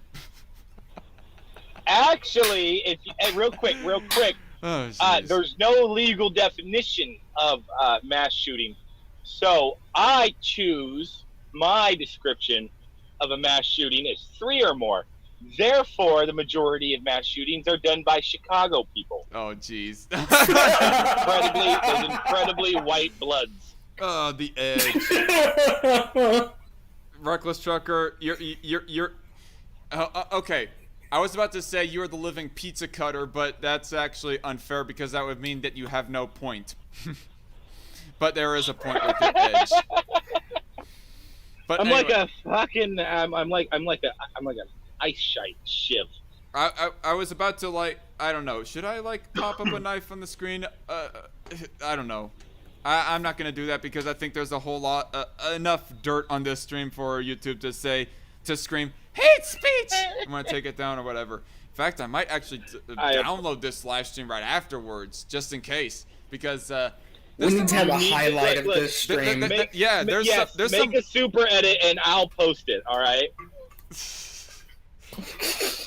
Anyway, oh god, I'm getting hungry right now. RK2K Dragon says, "Don't you just love all the racists are the ones that tell everyone else is racist?" Right? Irony, you have met your match. Anyway, sorry. Hot meat kettle. They're both African American. No. Black. I mean black. I'm sorry. I'm so sorry. You fuck. The suspected gunman in the Boulder, Colorado mass shooting is a white guy. Byline Times Global correspondent C.J. Whirlman tweeted, 7 reported dead. Q, mental issues, bad day, parking dispute, or anything else other than what he most likely is. A white domestic terrorist. Well, you do realize that there is an official definition to terrorism. I mean, if you're going to say that that a majority of shootings are supposedly are done by white people, Like, what's the political motivation? The big prime question being there, as far as whether or not people should be called terrorists. These are the same people still screeching that the Las Vegas shooter was a terrorist. And it's like, no, because terrorism requires a political motive. This guy was just a psychopath. Right? I mean, well, this guy is more specifically from the Middle East, as confirmed by Washington Examiner just a little bit earlier in the article. But nobody is actually. No. I don't think The Las anybody... Vegas guy was just a psychopath. Oh, the Las Vegas guy. When you said this guy, I thought you were meaning the guy that we're reading of right here. But now that I think about it, I don't think anybody is claiming this guy to be a terrorist. And me personally, I don't see any evidence to technically call him a terrorist either way. I think whether he's olive skin or white, it's not like the guy was screaming Allahu Akbar or something like that. Actually, Wait, I might have Olive, heard something. It's not confirmed. I'm not saying that's completely true. However, I think he did have a link to ISIS or at least Muslim extremism. Look, from what I heard, the direction in which he was shooting was towards Mecca.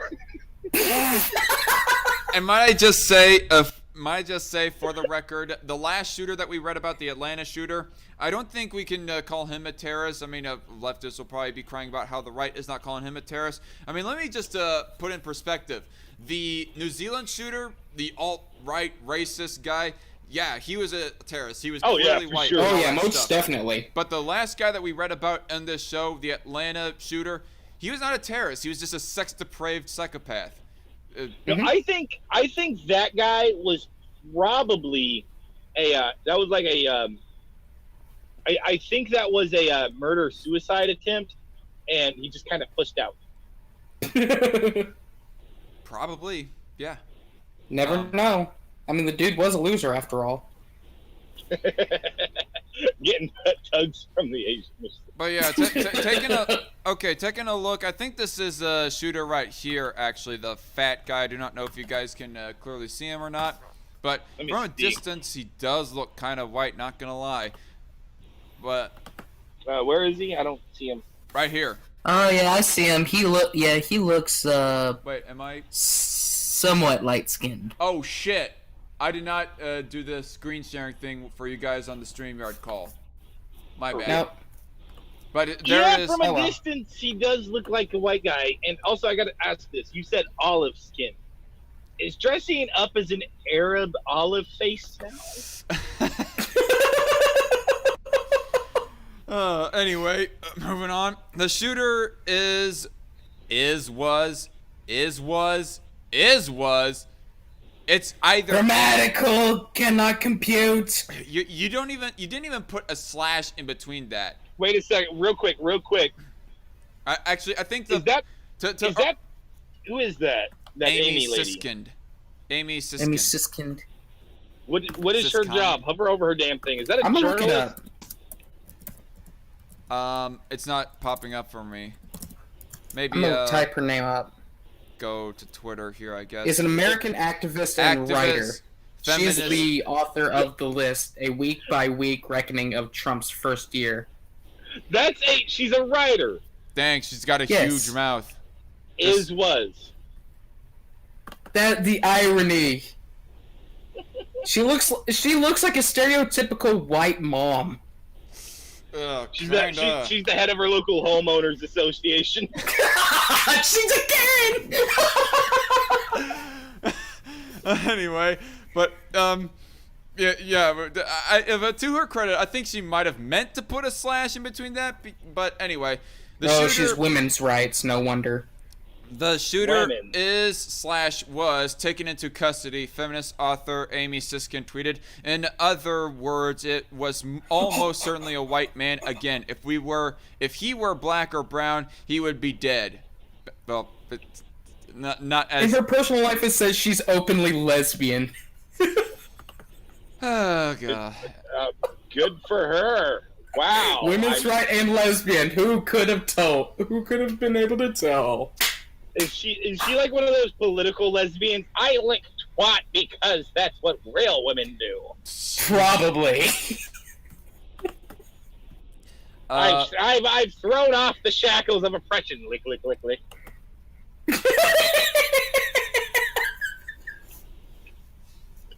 JC Armitage in the chat says, I heard some people say that the Boulder shooter was some anti-vaxxer conspiracy theorist who targeted doctors that were injecting people with the vaccine. Well, there's no explicit mention in this article, JC, so I do not know that for sure. But anyway. Look, all I'm going to say is I suggest Muhammad's prescribed treatment for all illnesses. Camel piss and milk mixed together. RK2 Screwing a 9-year-old. Red Feather Boy said, or girl. Red Feather said in the chat, YouTube doesn't have a sense of humor, LOL. In other words, water is. In other news, water is wet, red. And RK2K Dragon says, oh, DarkCon. By the way, Twitter is not allowing me to post and follow new people for no reason. You might have been shadow banned, RK. Just probably. You might have to get a new account for all we know. It's confirmed he's a racist. Racism. But by the way, that's how Twitter works. By the way, the nickname DarkCon, that is not a nickname that I have heard in quite a while. I'm glad to hear it again in my live chat. But anyway, DarkCon, not Darky Poo, you fuckface. Anyway, Darky Poo Poo. It eats the poo poo. He also says, from what I heard, I was the one that caused all the mass shootings. JK. I joke. I had to put this in so YouTube knows it's a joke. Okay. Context doesn't matter. Anyway. Nah, YouTube doesn't give a shit. Red Feather says that she's a bit behind. I guess she's speeding up to catch up on the stream. Shooting at Mecca. LOL. Anyway. So anyway. That was still a great joke. So he's Muslim is trending. Did I miss he's Christian trending for last week's Atlanta mass murderer? Representative Ilhan Omar added on Tuesday. Real quick. Is that confirmed? The only reason it is trending is because of the fact that y'all made a big deal out of him being a white American dude. It's literally your fault. Yeah, you're the reason why this is such a big deal. Well, okay. I mean, Muslim isn't a race. Yeah, Representative Ilhan Omar, we get it. But a lot of people use the term Muslim as sort of synonymous with Arabs. She uses the term synonymous. She's the Muslim one who would make for a it's this bitch. Yeah, she uses the word synonymously with race. For Christ's sake. And ironically, she's from Somalia as well. And she's really successful. Yeah, who could have guessed? Not intellectually, Yeah, intellectually she's as dumb as a bag of rocks, but that's neither here nor there. Look, all I'm gonna say about her one more time is incest is wincest. Oh jeez. Anyway, finishing off this article, we just got 2 more paragraphs. The Boulder shooting suspect who opened fire at a grocery store has been identified as Ahmad Al-Alawi. Wait, what? What the fuck? Ahmad Al-Alawi Alyssa, 21, of Arvada, Colorado. Wow, you're 21 years old and you look like that? You do not age well, dude. I'm 21 and holy shit. Wait, you are 26 and I look better than that. Yeah, I'm 21. Yeah, I mean, of course you do, Trucker. I mean, you got a full head of hair for crying out loud. This guy, he looks like he's receding. Look, he's got like the old Dracula widow's peak. He fucked the goats too much. All right. The goats were eating his hair while he was fucking. By the way, I put on full screen layout for you guys on the StreamYard call just so you can see things better. Anyway. Yeah. Hey, confused black guy, what's that for? So see you later, Black Cat. guy gift. By the way, Bye. see you later, Cat Chat. Sorry that you couldn't handle the edge. Damn it, I'm so sorry, Cat. I keep every time. I'm so sorry. But thanks for viewing and liking the stream nonetheless, Cat. I mean, that's all. Yeah. Oh, I wonder, God. Oh my God, you need to drive send people this away video. with our edgy comedy. RK2K Dragon says, I'm 25 and I look worse, so he doing better than me. Oh, I don't know about that, RK. I've seen you in person. I don't know about that, bro. Like, he is in prison, though, so, I mean, he is look doing like worse than you. RK, you do look at least younger in the facial shape, in the shape of your face at least. Just saying. Younger Why are you than this guy commenting on is. his old-looking penis? Anyway, his reported Facebook page contained posts praising Islam and lamenting the fact he did not have a girlfriend. Another sex-depraved incel! Another sex-depraved incel! He's a Muslim That's 3 incel. of them we talked about today. So now I understand why he was going on this shooting. He was so desperate to get those 72 pieces of pussy. Oh, ah. It's jihad. I must get 72 virgins. Unfortunately for him, though. Plot twist. Wait. They're all Justin Bieber. No. Unfortunately for him, though, he did not die in the process of this shooting. Yep. Sorry, it's not jihad. Sorry, you get to go to the pits of hell for eternity. Goodbye. Real quick though, plot twist: all 72 virgins are just Justin Bieber. Right. 72 lesbians. Moonbased Radio says Moonbased Radio in the live chat says I'm 41 and look younger than that guy. Indeed. I mean, I have a 45-year-old coworker who looks like he's 35. This guy looks like he could be in his early 50s. Jeez. He's got the beer gut too. Indeed. That He's only like- makes it worse. That only makes it worse. He ages like Seth Rogen.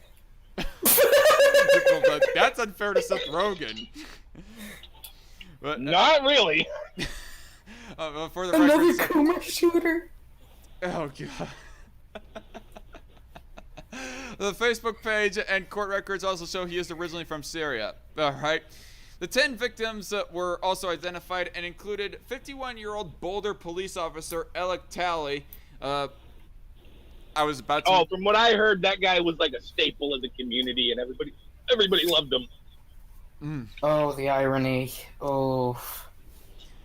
The 10, anyway, also killed in the shooting were Danny Stong, 20, Nevin Stanisic, 23, Ricky Olds, 25, Trelona Bartkowiak, 49, Suzanne Fountain, 59, Terry Leaker, 51, Kevin Mahoney, 61, Lynn Murray, 62, and Jody Waters, 65. What the hell's Some of up these with names, Boulder, man. Colorado? Yeah, what's up with Boulder, Colorado? Everybody sounds like they're either an actor or a made-up name for like a Well, I mean, it's a generic leftist Muslim. It's a leftist city, so what do you expect? Well, just for the record, rest in peace, y'all.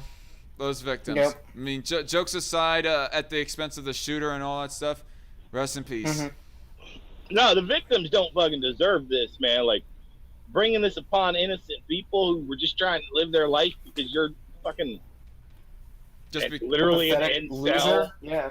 Yeah. Just because you're sex depraved. In the case of both shooters, too, for that matter.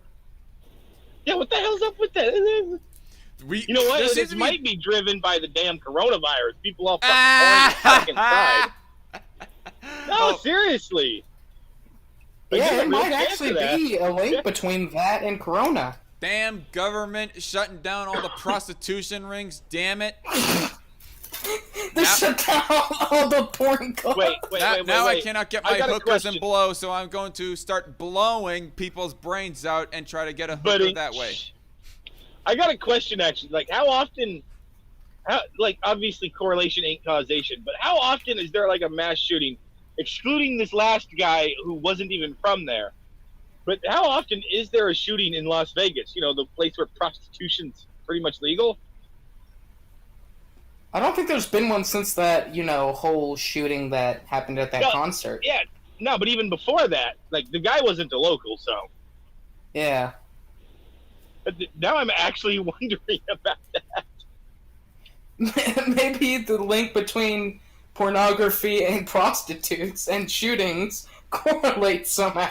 Jason Armitage in the chat says, by the way, was the grocery store a gun-free zone? I think it might have, but I don't know. Probably. If it was a big chain store or the big city, yeah, definitely.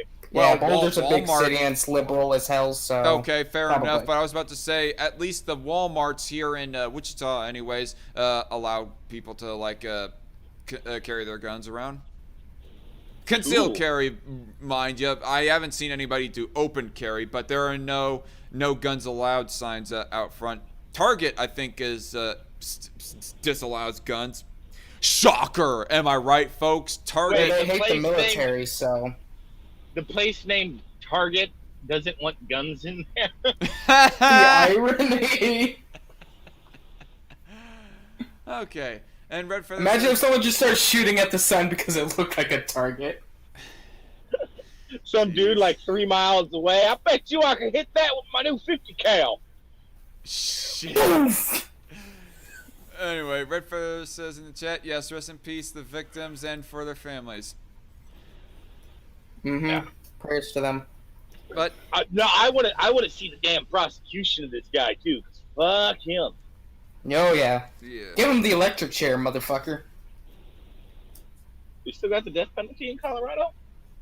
Probably not, but if they do it. But anyway. Oh my God, death by hanging, like he would do to the homosexuals.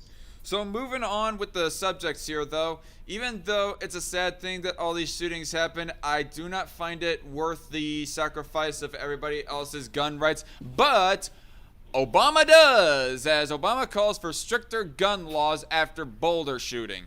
This is also from the Washington Post. Wonderful. Imagine my Almost like he did shot. that during his presidency. Yep. So I'm not going to be reading this whole article as I had already pre-read it, and because it's obvious things obvious, but other details that go into to go further into detail on this article, to the credit of anybody who might be watching or whatever. Obama doesn't explicitly mention gun bans. The only reason why I mentioned that is because people might get a little bit extra nuance and semantic and, you know, pedantic with me as far as gun laws go. But we know that Obama wants guns to be banned overall, especially supposed assault weapons. But he does not explicitly say that in this live stream, at least. Although there is another current Senator, Ed Markey, does explicitly call for it and ban assault weapons. I said in that tweet. Oh, well, okay, here we go. Here's the tweet being pulled up right now. And hello. My favorite thing about Obama, whenever he was in Wonderful. office, and they proposed a new anti-gun law after a mass shooting, he's like, "It's true. It's true. This law would not have stopped this shooting, but it might stop another one." Wait, that was Bernie Sanders?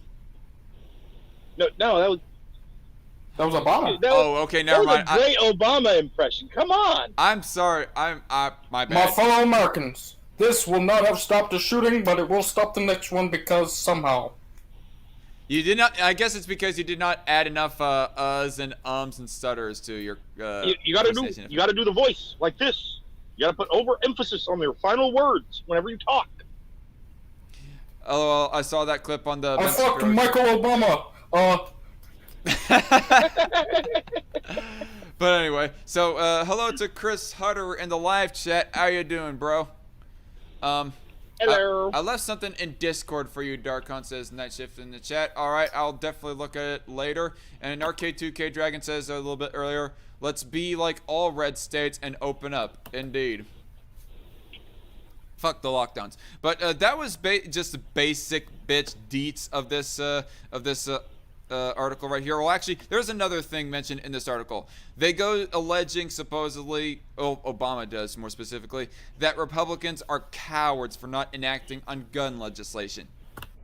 Really, I think. Look, you're cowards. You're a bunch of cowards because you're not terrified of your own human rights. The Republican Party is cowards for not agreeing with me on gun control. And racist. Yes, and racist indeed. But yeah, I mean, no, I mean, I just find it utterly baffling that some freaking normies, and yes, I will even call Obama a normie because he at least has normie takes on politics for the most part, anyways. But, or at least he's representative of normies' opinions, anyways. I just find it baffling that freaking normies will act like people are cowards for not standing up for gun control. They go acting as if there's nobody in existence who legitimately and principally stands for gun rights. It's non-existent. Those people apparently don't exist, and the only reason why anybody would stand for gun rights, or they wouldn't even call it gun rights, they would say just stand against gun control, is because they're bought and paid for. They don't legitimately believe it. They're just bought and paid for. Hey, you, reckless trucker, you're paid for by the Koch brothers, apparently. You know what? I would first off, there's no way in hell that name makes a O sound in it. They're the Koch brothers. Secondly, I've heard it generally being. Sure, I'll take some Koch money. Sounds so wrong. Okay, if you want to come out of the closet, you do you, bro. But anyway, I've always generally heard it pronounced as Coke. Tom Hartman and Mark Levin and Rush Limbaugh too, for that matter, and etc. It's like John Boehner. No, your name doesn't say Boehner. There's no A in that, dude. It's Boehner. Your name is John Boner. John Boner. And he's just as red as a dog's penis, too. Dude, dirty. Oh, no. I'm glad I wasn't paying attention right there. But anyway, so that's the basic details of that article. So we're going to move on to this article, and I might just end it right here and save these two next articles for maybe next episode of Strike Force. Oh, yay, more BLM. Woo! Yeah, Black Lives Matter protesters marched to popular grocery store and trapped customers inside. Oh, I'd be tempted to shoot a motherfucker. That's fucking... That is, legally speaking, that is kidnapping or, It's, detainment? Or yeah, illegal detainment. Which, by the way... I wish a motherfucker would. Yeah, that can be met with deadly force, you dumb son of a bitch. Oh, the only reason why you'd be shooting Black Lives Matter protesters is because they're black and they go fighting for black rights. So how dare you, trucker? It cannot possibly... No, that's not why. It'd be to create some black widows I could take advantage of. Typical trucker twist. The triple T. Anyway. Triple D? I said triple T. You want that big? The triple T. Do you want that big a tit, trucker? It's that 3 boob lady. Just 3 boobs right in the middle of the chest. No, I was meaning triple T. Imagine having 3 tits, that was what I was meaning. But no, that's unrealistic. Just every time you go to the doc. Go to the doctor, yeah. Jason Armstrong says in the chat, oh my gosh, yes, indeed. I just put that image in your head. Unrealistic sized boobs for the chat to envision. But anyway. Where are her organs? Yeah. Where are her organs? None of y'all... Christopher Hutter says, none of y'all have ever seen a boob. That is a lie. I have seen my own. I was about to say, I'm twisting my own nipples right now, you son of a bitch. A trucker here has seen the most boobs in person. Me, honestly, it has been, unfortunately, just pictures, but nonetheless. Wait, am I really the most laid person in this group right now? Probably. Jesus Christ, I kind of feel bad for you guys now. We'll share some of the puss, will you, trucker? No, I'm joking. But anyway. Well, hey, it's $150 an hour. I'll have to show you something when we go off air. But I think I am going to end this program with this last article here in a bit and save these for later because this stream is actually getting kind of long. But anyway, Jason Armitage says that no, I was saying that she was saying OMG about Trucker's widow comment. Indeed. I am indeed a Disney villain.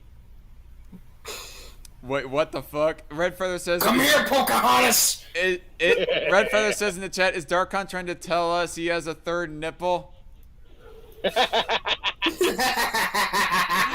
Fuck no, Red, but I appreciate the deprecating edge. But... A legendary double nipple.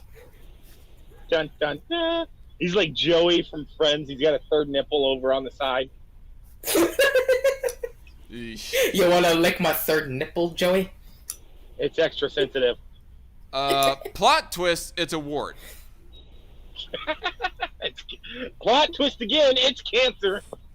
It's melanoma. We're horrible. Anyway, yes, you're horrible towards me, Trucker. How dare you? You obviously hate me. How dare you make jokes at people's expense? Anyway, Senate Democrats dodge Biden gun ban appeal, which is kind of odd. The reason why I wanted to read this is just because of the title alone. You have Democrats trying to avoid the questioning on this. At least that's what I'm getting from the title anyways. Y'all are so silly, says Red Feather, and the sky is blue. Well, actually, it's black right now because it's nighttime here in Wichita, but you get my drift. You get my drift. Hey. Facts are Zach not wants racist. to fuck the sky. You know, I got a joke for y'all. Like, one time on a call with S-Man and some others, like, you weren't here for this call, JJ, but I got on talking, I was playing a game of Overwatch as S-Man was presenting that, and I got making a comment as to one of the skins of one of the characters was pretty cool looking, and I am a fan of the black and blue combo, and S-Man says, you are a major fan of the color black, and I say, so much that I want to stick my dick in it, and S-Man says he has a paint can fetish, y'all. The black dick. I'm pretty sure that I would get an infection if I was to actually do that, but nonetheless. It would seal your pee hole. Real quick, Ouch. I have spilled paint on my dick. It fucking burnt. Oh! Ow. Oof. And my balls are all dry and crinkly for a week. Damn. Anyway. It was Dude, that sounds like the turtle orgasming from the shoot video. I love that video. He blew so much too, and that penis looked like a fucking monster. Hey, can somebody in the live chat just make a highlight reel or a YouTube poop of some of the moments from this live stream, please? That would be so great. I just want to say to my future children, I'm not sorry. Go fuck yourself, you little shit. Good lord. Anyway. Red Feather, you're distracting me right now. She says, maybe you could find a reliable glory hole to hang out at. She also says, wait, how did paint end up on your taint? I was painting, and then I fell off a ladder and caught myself, and ended up catching myself on paint. Were you doing it naked? No, I was wearing overalls, and the paint fell down onto the inside of the overalls. Ooh, okay. That is terrible luck. So, yeah, and it was like streamlined straight to my junk. I wasn't wearing underwear. Hello, Koi Monster in the chat. Glad you could join us. Anyway, JC Amatage says, this stream has been amazing so far. Indeed it has. But so, to get on with the actual article, Senate Democrats Tuesday dodged questions on when or if they would consider President Biden's proposal to ban assault weapons and high-capacity magazines, which would likely fail to pass without the elimination of the filibuster. Thank God. And hopefully, what's his name? Not Ed Markey. It's the one Democrat who is practically a Republican, actually. He's not practically a Republican. It's Joe Manchin. Joe Manchin. And, yeah, he's not practically a Republican. From what I've seen, he's really just like a 90s, 80s era Democrat. He's the closest. He's the closest thing because he for one, from what I've read, he's not too fond of the idea of raising the minimum wage, and plus he wants to keep the filibuster rule as a couple of things. And I mean, he's a big time spender. Don't get me wrong, but then again, all main establishment politicians are the same in that regard. But hopefully he I don't know, sort of caucuses with the Republicans on this front too when it comes to guns. Oh, he'll be joining the Republican Party within 5 years. I guarantee it. Not Oh, not yeah, he will. not because he's a Republican, but because the other Democrats are going to be so fucking insane he can't be associated with them and win. Because even though he's popular where he is in a red district. Hey, Baron came out with a new upload. The Young Turks are hypocrites. I'll have to watch that later. Let me guess, they put out a video about the white guy in Boulder. Actually, it looks like by the thumbnail anyways that they're talking about the whole Joe Biden climbing up a stairs thing. I love that I video. love that video so much. Look, I if I love had that to- video so much because Joe Biden is so old and wrinkly.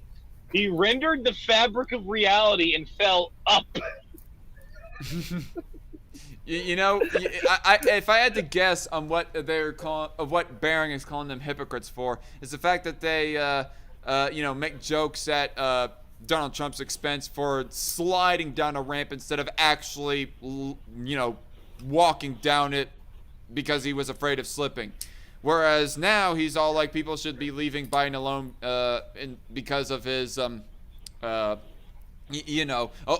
the whole thing of tripping over the steps to go up to Air Force One. The No, look, irony I- and the hypocrisy.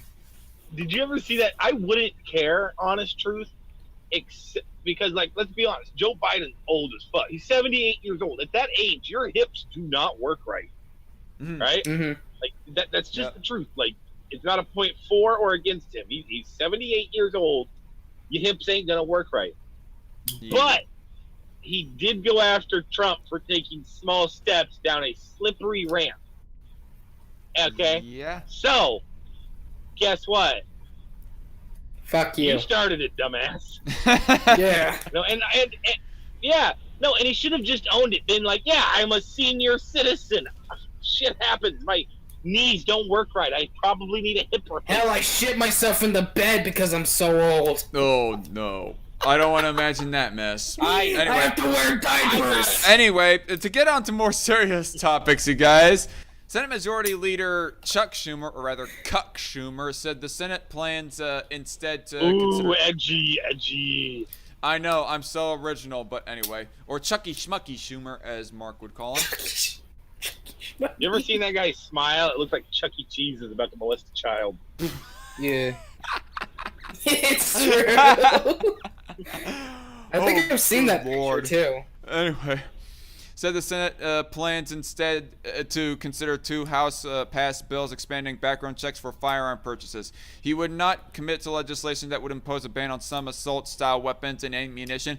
If I had to guess, Chuck Schumer is building up to that. So is Dianne Feinstein. So I say screw it all. yeah. Oh, there's no doubt they are.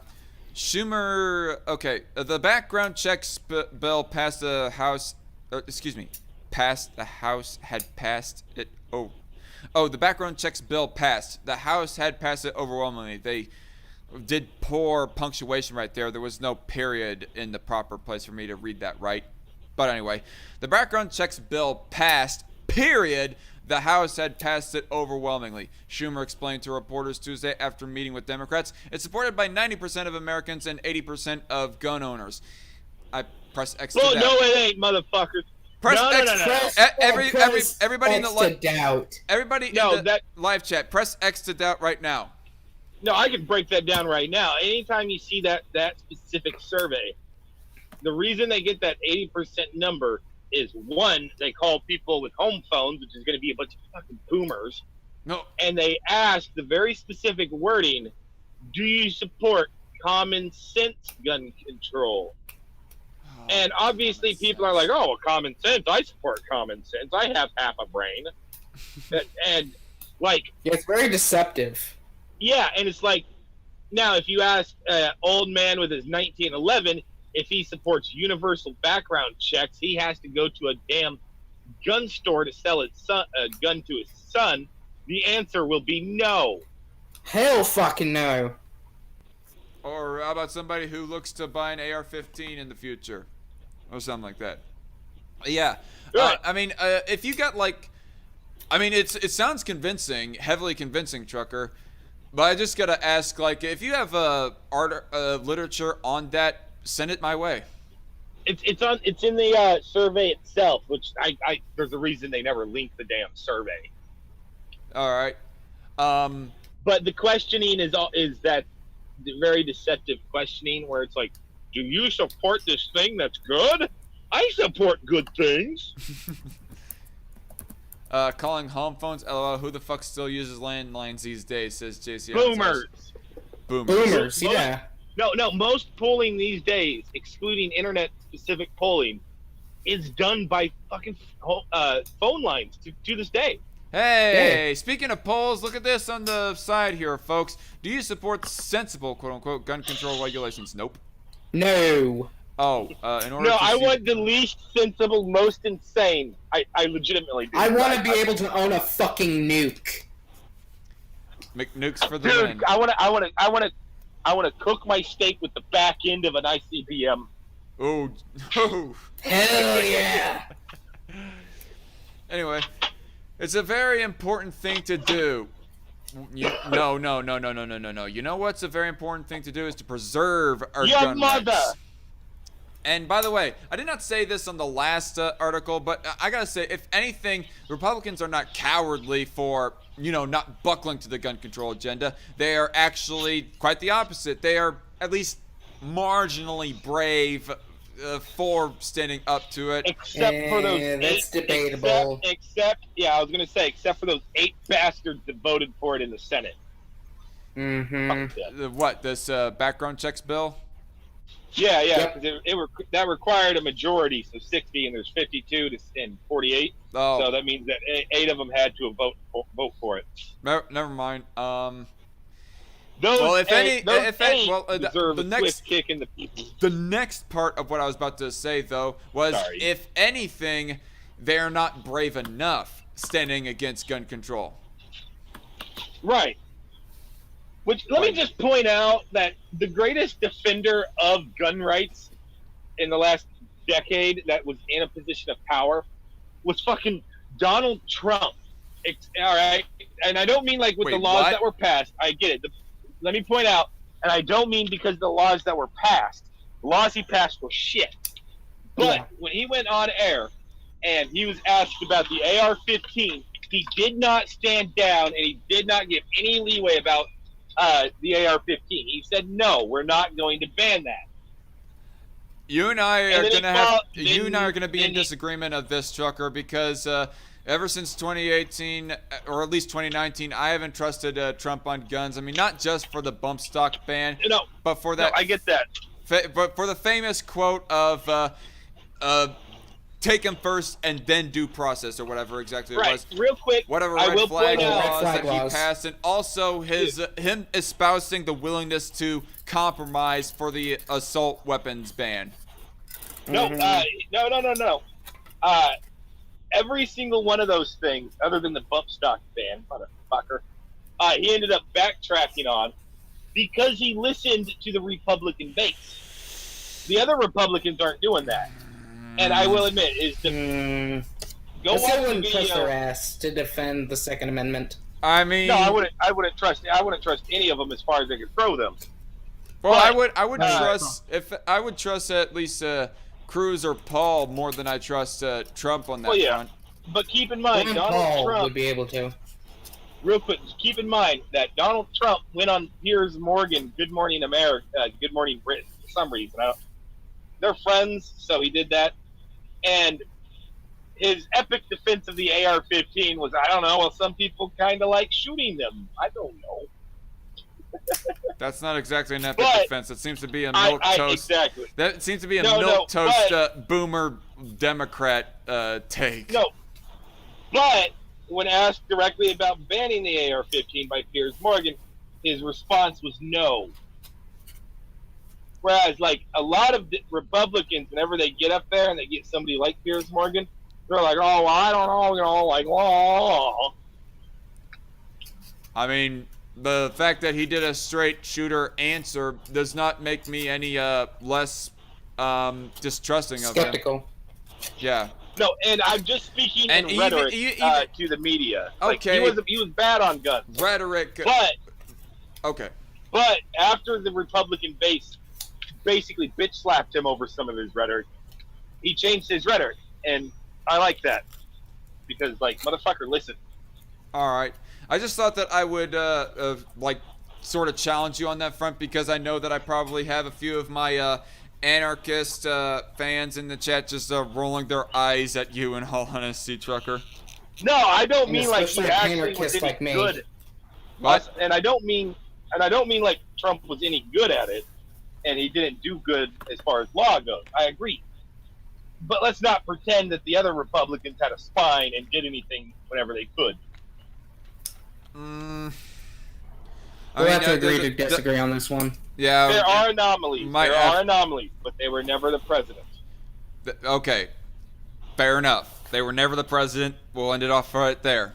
Anyway, that's not to say we wouldn't look at other things as well.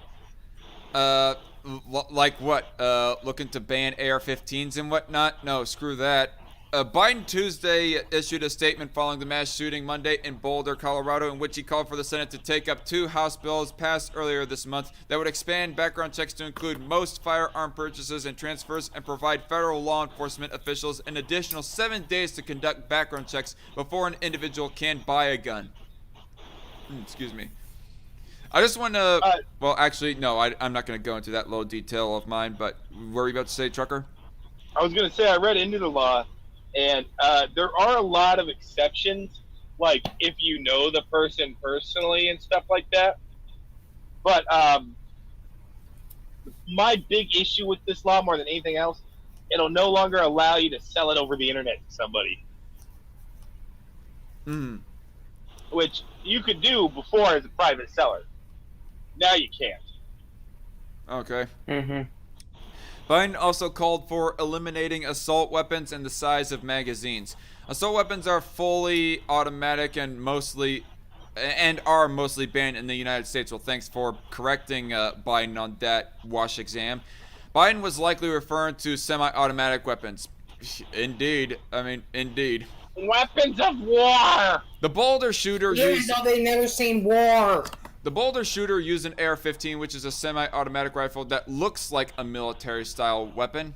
Yeah, designed to look like an M4 or an M16, but it doesn't have the exact same functions. I wish it It's did. almost like it's a different weapon. Look, I get that a lot of pro-gun people will say the stupid fucking thing, where they're like, the AR-15 was never a military weapon. Well, no, originally it was. But to sell it to the public market, to the private market, they stripped it of its, 3-round. Well, Automatic, I think what they mean is what I think they mean is the civilian variant of the AR-15. Like M4s and M16s fall in the family of AR-15s, but at least colloquially speaking, anyways, those aren't really AR-15s. Whereas when people generally say AR-15s, they're referring to civilian variants of that platform. Which So are semi-automatic which and I cannot think, be automatic. Which I think, in their defense, that is what the pro-gun people are meaning when they say AR-15s are not meant for the military or were not designed for the military. No, I know. It's just some dumbass is going to think they haven't got you by being like, well, actually. And it's like, generalities, asshole. Hold up, ham! Anyway. Excuse me, I must have choked on a little piece of sandwich meat right there. Anyway, Senator Dianne Feinstein, the token and most famous anti-gun person ever in modern American politics, a California Democrat, has reintroduced legislation that would ban AR-15 style rifles and other semi-automatic weapons as well as large capacity magazines. Shocker. Well, Biden... Real quick, let me just say this much. All right, AR-15s, and no, a California compliant AR-15 is not an AR-15. How dare you ever have that name on there? Fuck you. Blasphemy. Are banned in California. All right, they haven't. All right, so why does she care? Her state doesn't have them, other than that ugly. Ooh. Other than what? Have you ever seen a California compliant AR-15? A California what? Compliant. Compliant AR-15. Oh. Yeah, I've okay, seen yeah. those. I literally want to puke when I look at one. They're not. Those are not AR-15s. Those are incest babies. Send me a. I send me barely a consider picture. that a gun. Send me a picture, Trucker. I want to join the cancer, the eye cancer that you suffer. I Don't. can't. I can't. If I get onto Google or something, it'll close stream. Will somebody share me a picture of that? But anyway. While Biden appeared to endorse Feinstein's proposal in his Tuesday statement, neither Schumer nor Majority Whip Dick Durbin would pledge to take up her bill. Feinstein wants the Senate Judiciary Committee to hold a hearing on her bill. Her measure currently has 34 Democratic co-sponsors. I didn't hear her requests, said Durbin, who chairs the Judiciary Committee. Durbin said he's more interested in advancing the House-passed background check measures. Durbin suggested some of Feinstein's gun ban proposal could be incorporated as an amendment, but the main priority will be centered on the House-passed background check bills. I'm not ruling that out, Durbin said when asked about Feinstein's bill, but I think it's time that we go on the record for some of these common-sense constitutional responses. Democrats will already run into trouble on the background check measures. Senator Joe Manchin, here we go, the name that we were talking about earlier, a West Virginia Democrat, said he continues to oppose the House legislation. All right. I mean, not to say that he's exactly a staunch gun rights advocate, but still, at least that's a little bit of a baby step win for gun rights crowd. He does like being voted into office, so he kind of has to. Like I said, he lives in a Republican district. He works in one. I mean, right. Well, not district, just a general state, because he's a senator, not a House rep. Let's keep that in mind. Oh yeah, my bad. Anyway, Senate rules require 60 votes to pass legislation. Unless Democrats get rid of the long-standing filibuster, it will. You know what? I'm confused. I thought they got rid of the filibuster ever since, the end of Senator Reid's tenure as majority leader. That was a judiciary filibuster. It's different. Ah. Okay. Yeah. The filibuster in the Senate applied only for ruling and voting on SCOTUS judges. Which, by the way, I got to point this out. Okay. Considering how absolutely rimmed, without lube, the Democrats got because they got rid of the filibuster when it came to Supreme Court judges, you think they would have learned their lesson. Like, they're like a battered housewife. Well, you know what? That makes sense now, Trucker, because I always gone wondering as to why it was that all these articles that I've read in the past few episodes, ever since that one where you and I were talking about Ruth Bader Ginsburg's death. You remember that episode? Yeah. Like ever since that Rest in episode. pieces. Yeah. Yes. Right. But anyway, ever since that episode, I was wondering to myself, why are we still talking about the filibuster as if it's still in play? I mean, I thought that was gotten rid of, but now that makes sense. The filibuster was only specific for, appointing SCOTUS judges. Anyway. Yeah. It will be difficult to pass the House legislation without modifications. It would be nearly impossible to pass the Feinstein legislation. Even without the filibuster, Democrats may not have the votes to pass the background check legislation. Manchin has for years promoted his own background check legislation alongside Senator Pat Toomey, a Pennsylvania Republican. The Manchin-Toomey bill was crafted as a bipartisan compromise to end stalled gun safety legislation gridlock.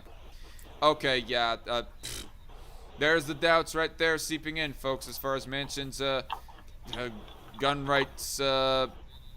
What's the word I'm looking for? Look, I'll say with Joe Manchin, I haven't looked into him enough. Gun rights credence. Let me put it that way. Go on. I haven't looked into him enough to know his specific position on the matter because, let's be honest, he only became important after this last year. And,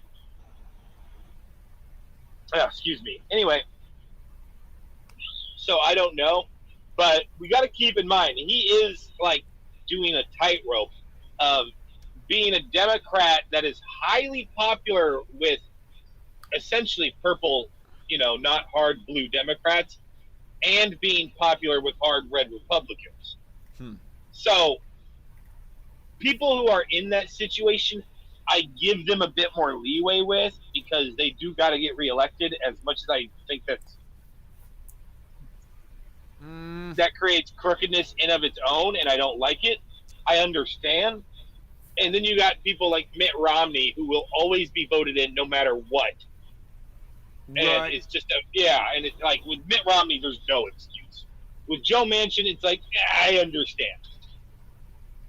Right.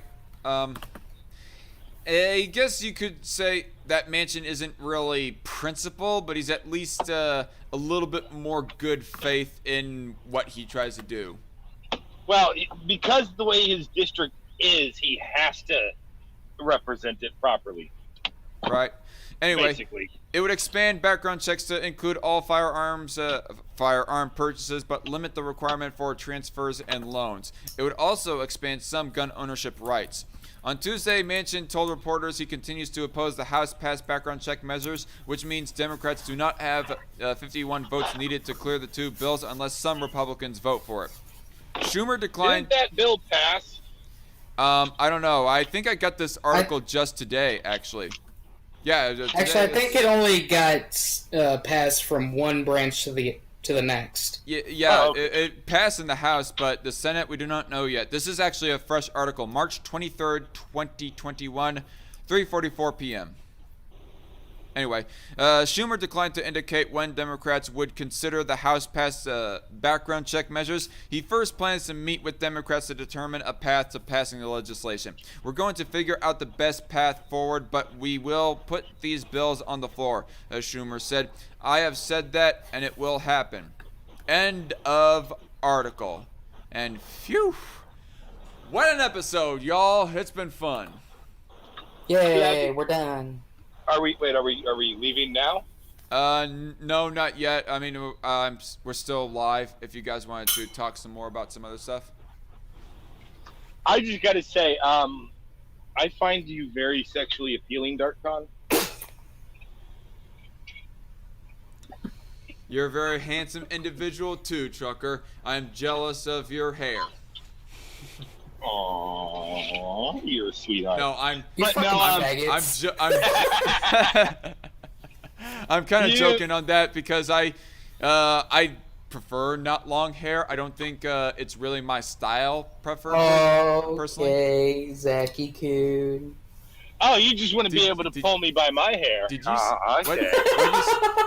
What'd you say? Did you say Zachy Coon, JJ?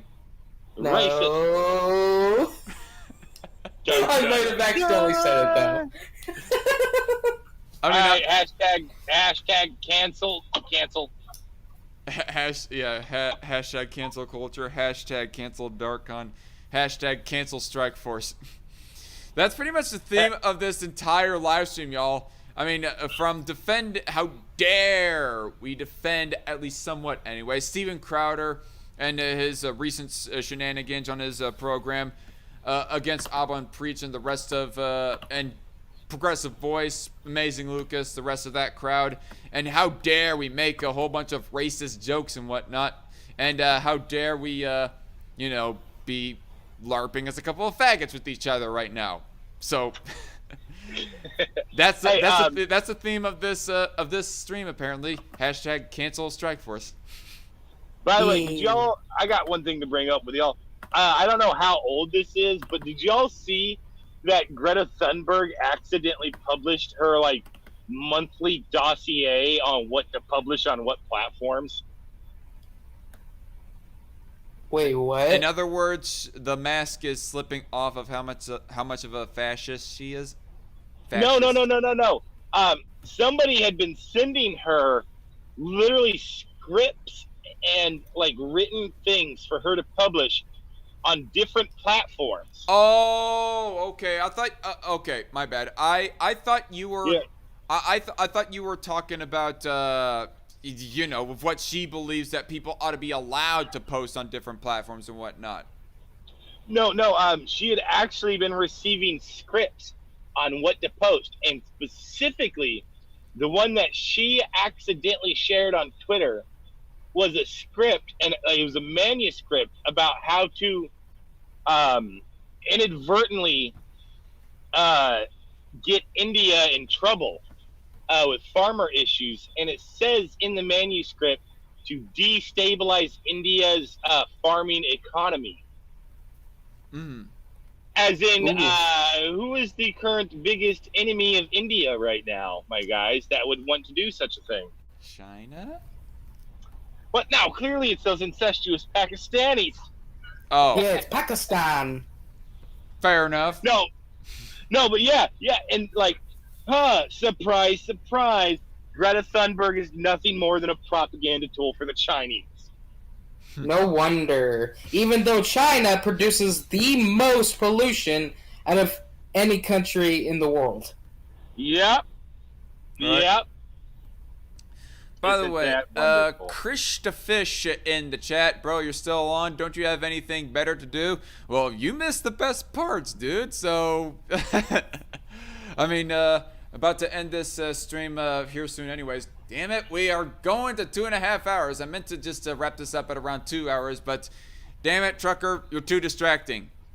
How dare you try to disagree with me on Trump's gun positions? No, I'm joking. No, I don't disagree with you on his gun positions. I'm just saying. I'm joking. After he got bitch slapped by his base, he at least admitted he was wrong.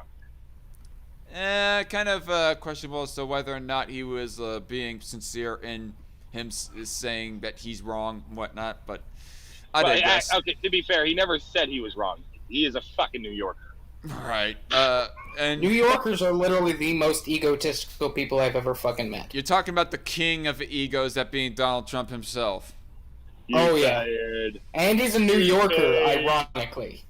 You're fired. Red Feather says, I thought it was a fun stream. Indeed, this was a fun stream. And I would like to thank Reckless Trucker and JJ for helping to make it so. I mean, really, Trucker was the biggest source of jokes. JJ, second biggest. Me, I provided some, He was but clearly I awkwardly think in the I'm like corner, third like, place. please, YouTube, I want to keep my channel. You were just like, please, dear God, I hope my channel doesn't get deleted. Yeah, I was crawling in a fetal position in the corner about being all scared and anxious about whether or Oh not this stream will my get deleted. no! Oh my gosh, how is this? Why is this shown to me on YouTube? Show us off air. Show us off air. Oh, I am I am downloading this video. Holy shit! But speaking of downloading, I'm gonna have to download this stream right after we go off air. JC Armstrong says, me too. Hope you continue to have guests on the show in the future. Well, I hope that more often my freaking co-hosts will be able to come on more often. Guys! I'm trying. No, it's I'm fine. busy writing a book, so I'll try to as much as I can. It's fine. I totally understand. We all have busy lives, and I'm going to try to be winding down the streaming schedule just a little bit. Probably just down to just once per week. But anyway, instead of 2 times per week. What? Hey, guys, well, I gotta go, but Wait, post whatever that is. Oh, go ahead. I was wanting to talk to you about something off air, but anyway, so I guess we'll wrap it up right here. For any of y'all that like this live stream, don't forget to hit that like button down below. If you like the content that you see on our newcomer, well then hit that subscribe button, and don't forget to set the bell notification button to all. And or if you are a serious detractor, then hit that dislike button as well. That equally helps in the algorithm as well. But anyway, hope to see y'all later, and again, it's been fun, and I'll hope to see my co-host join me more often. Anyway, see y'all later. Good night. God bless. Bye.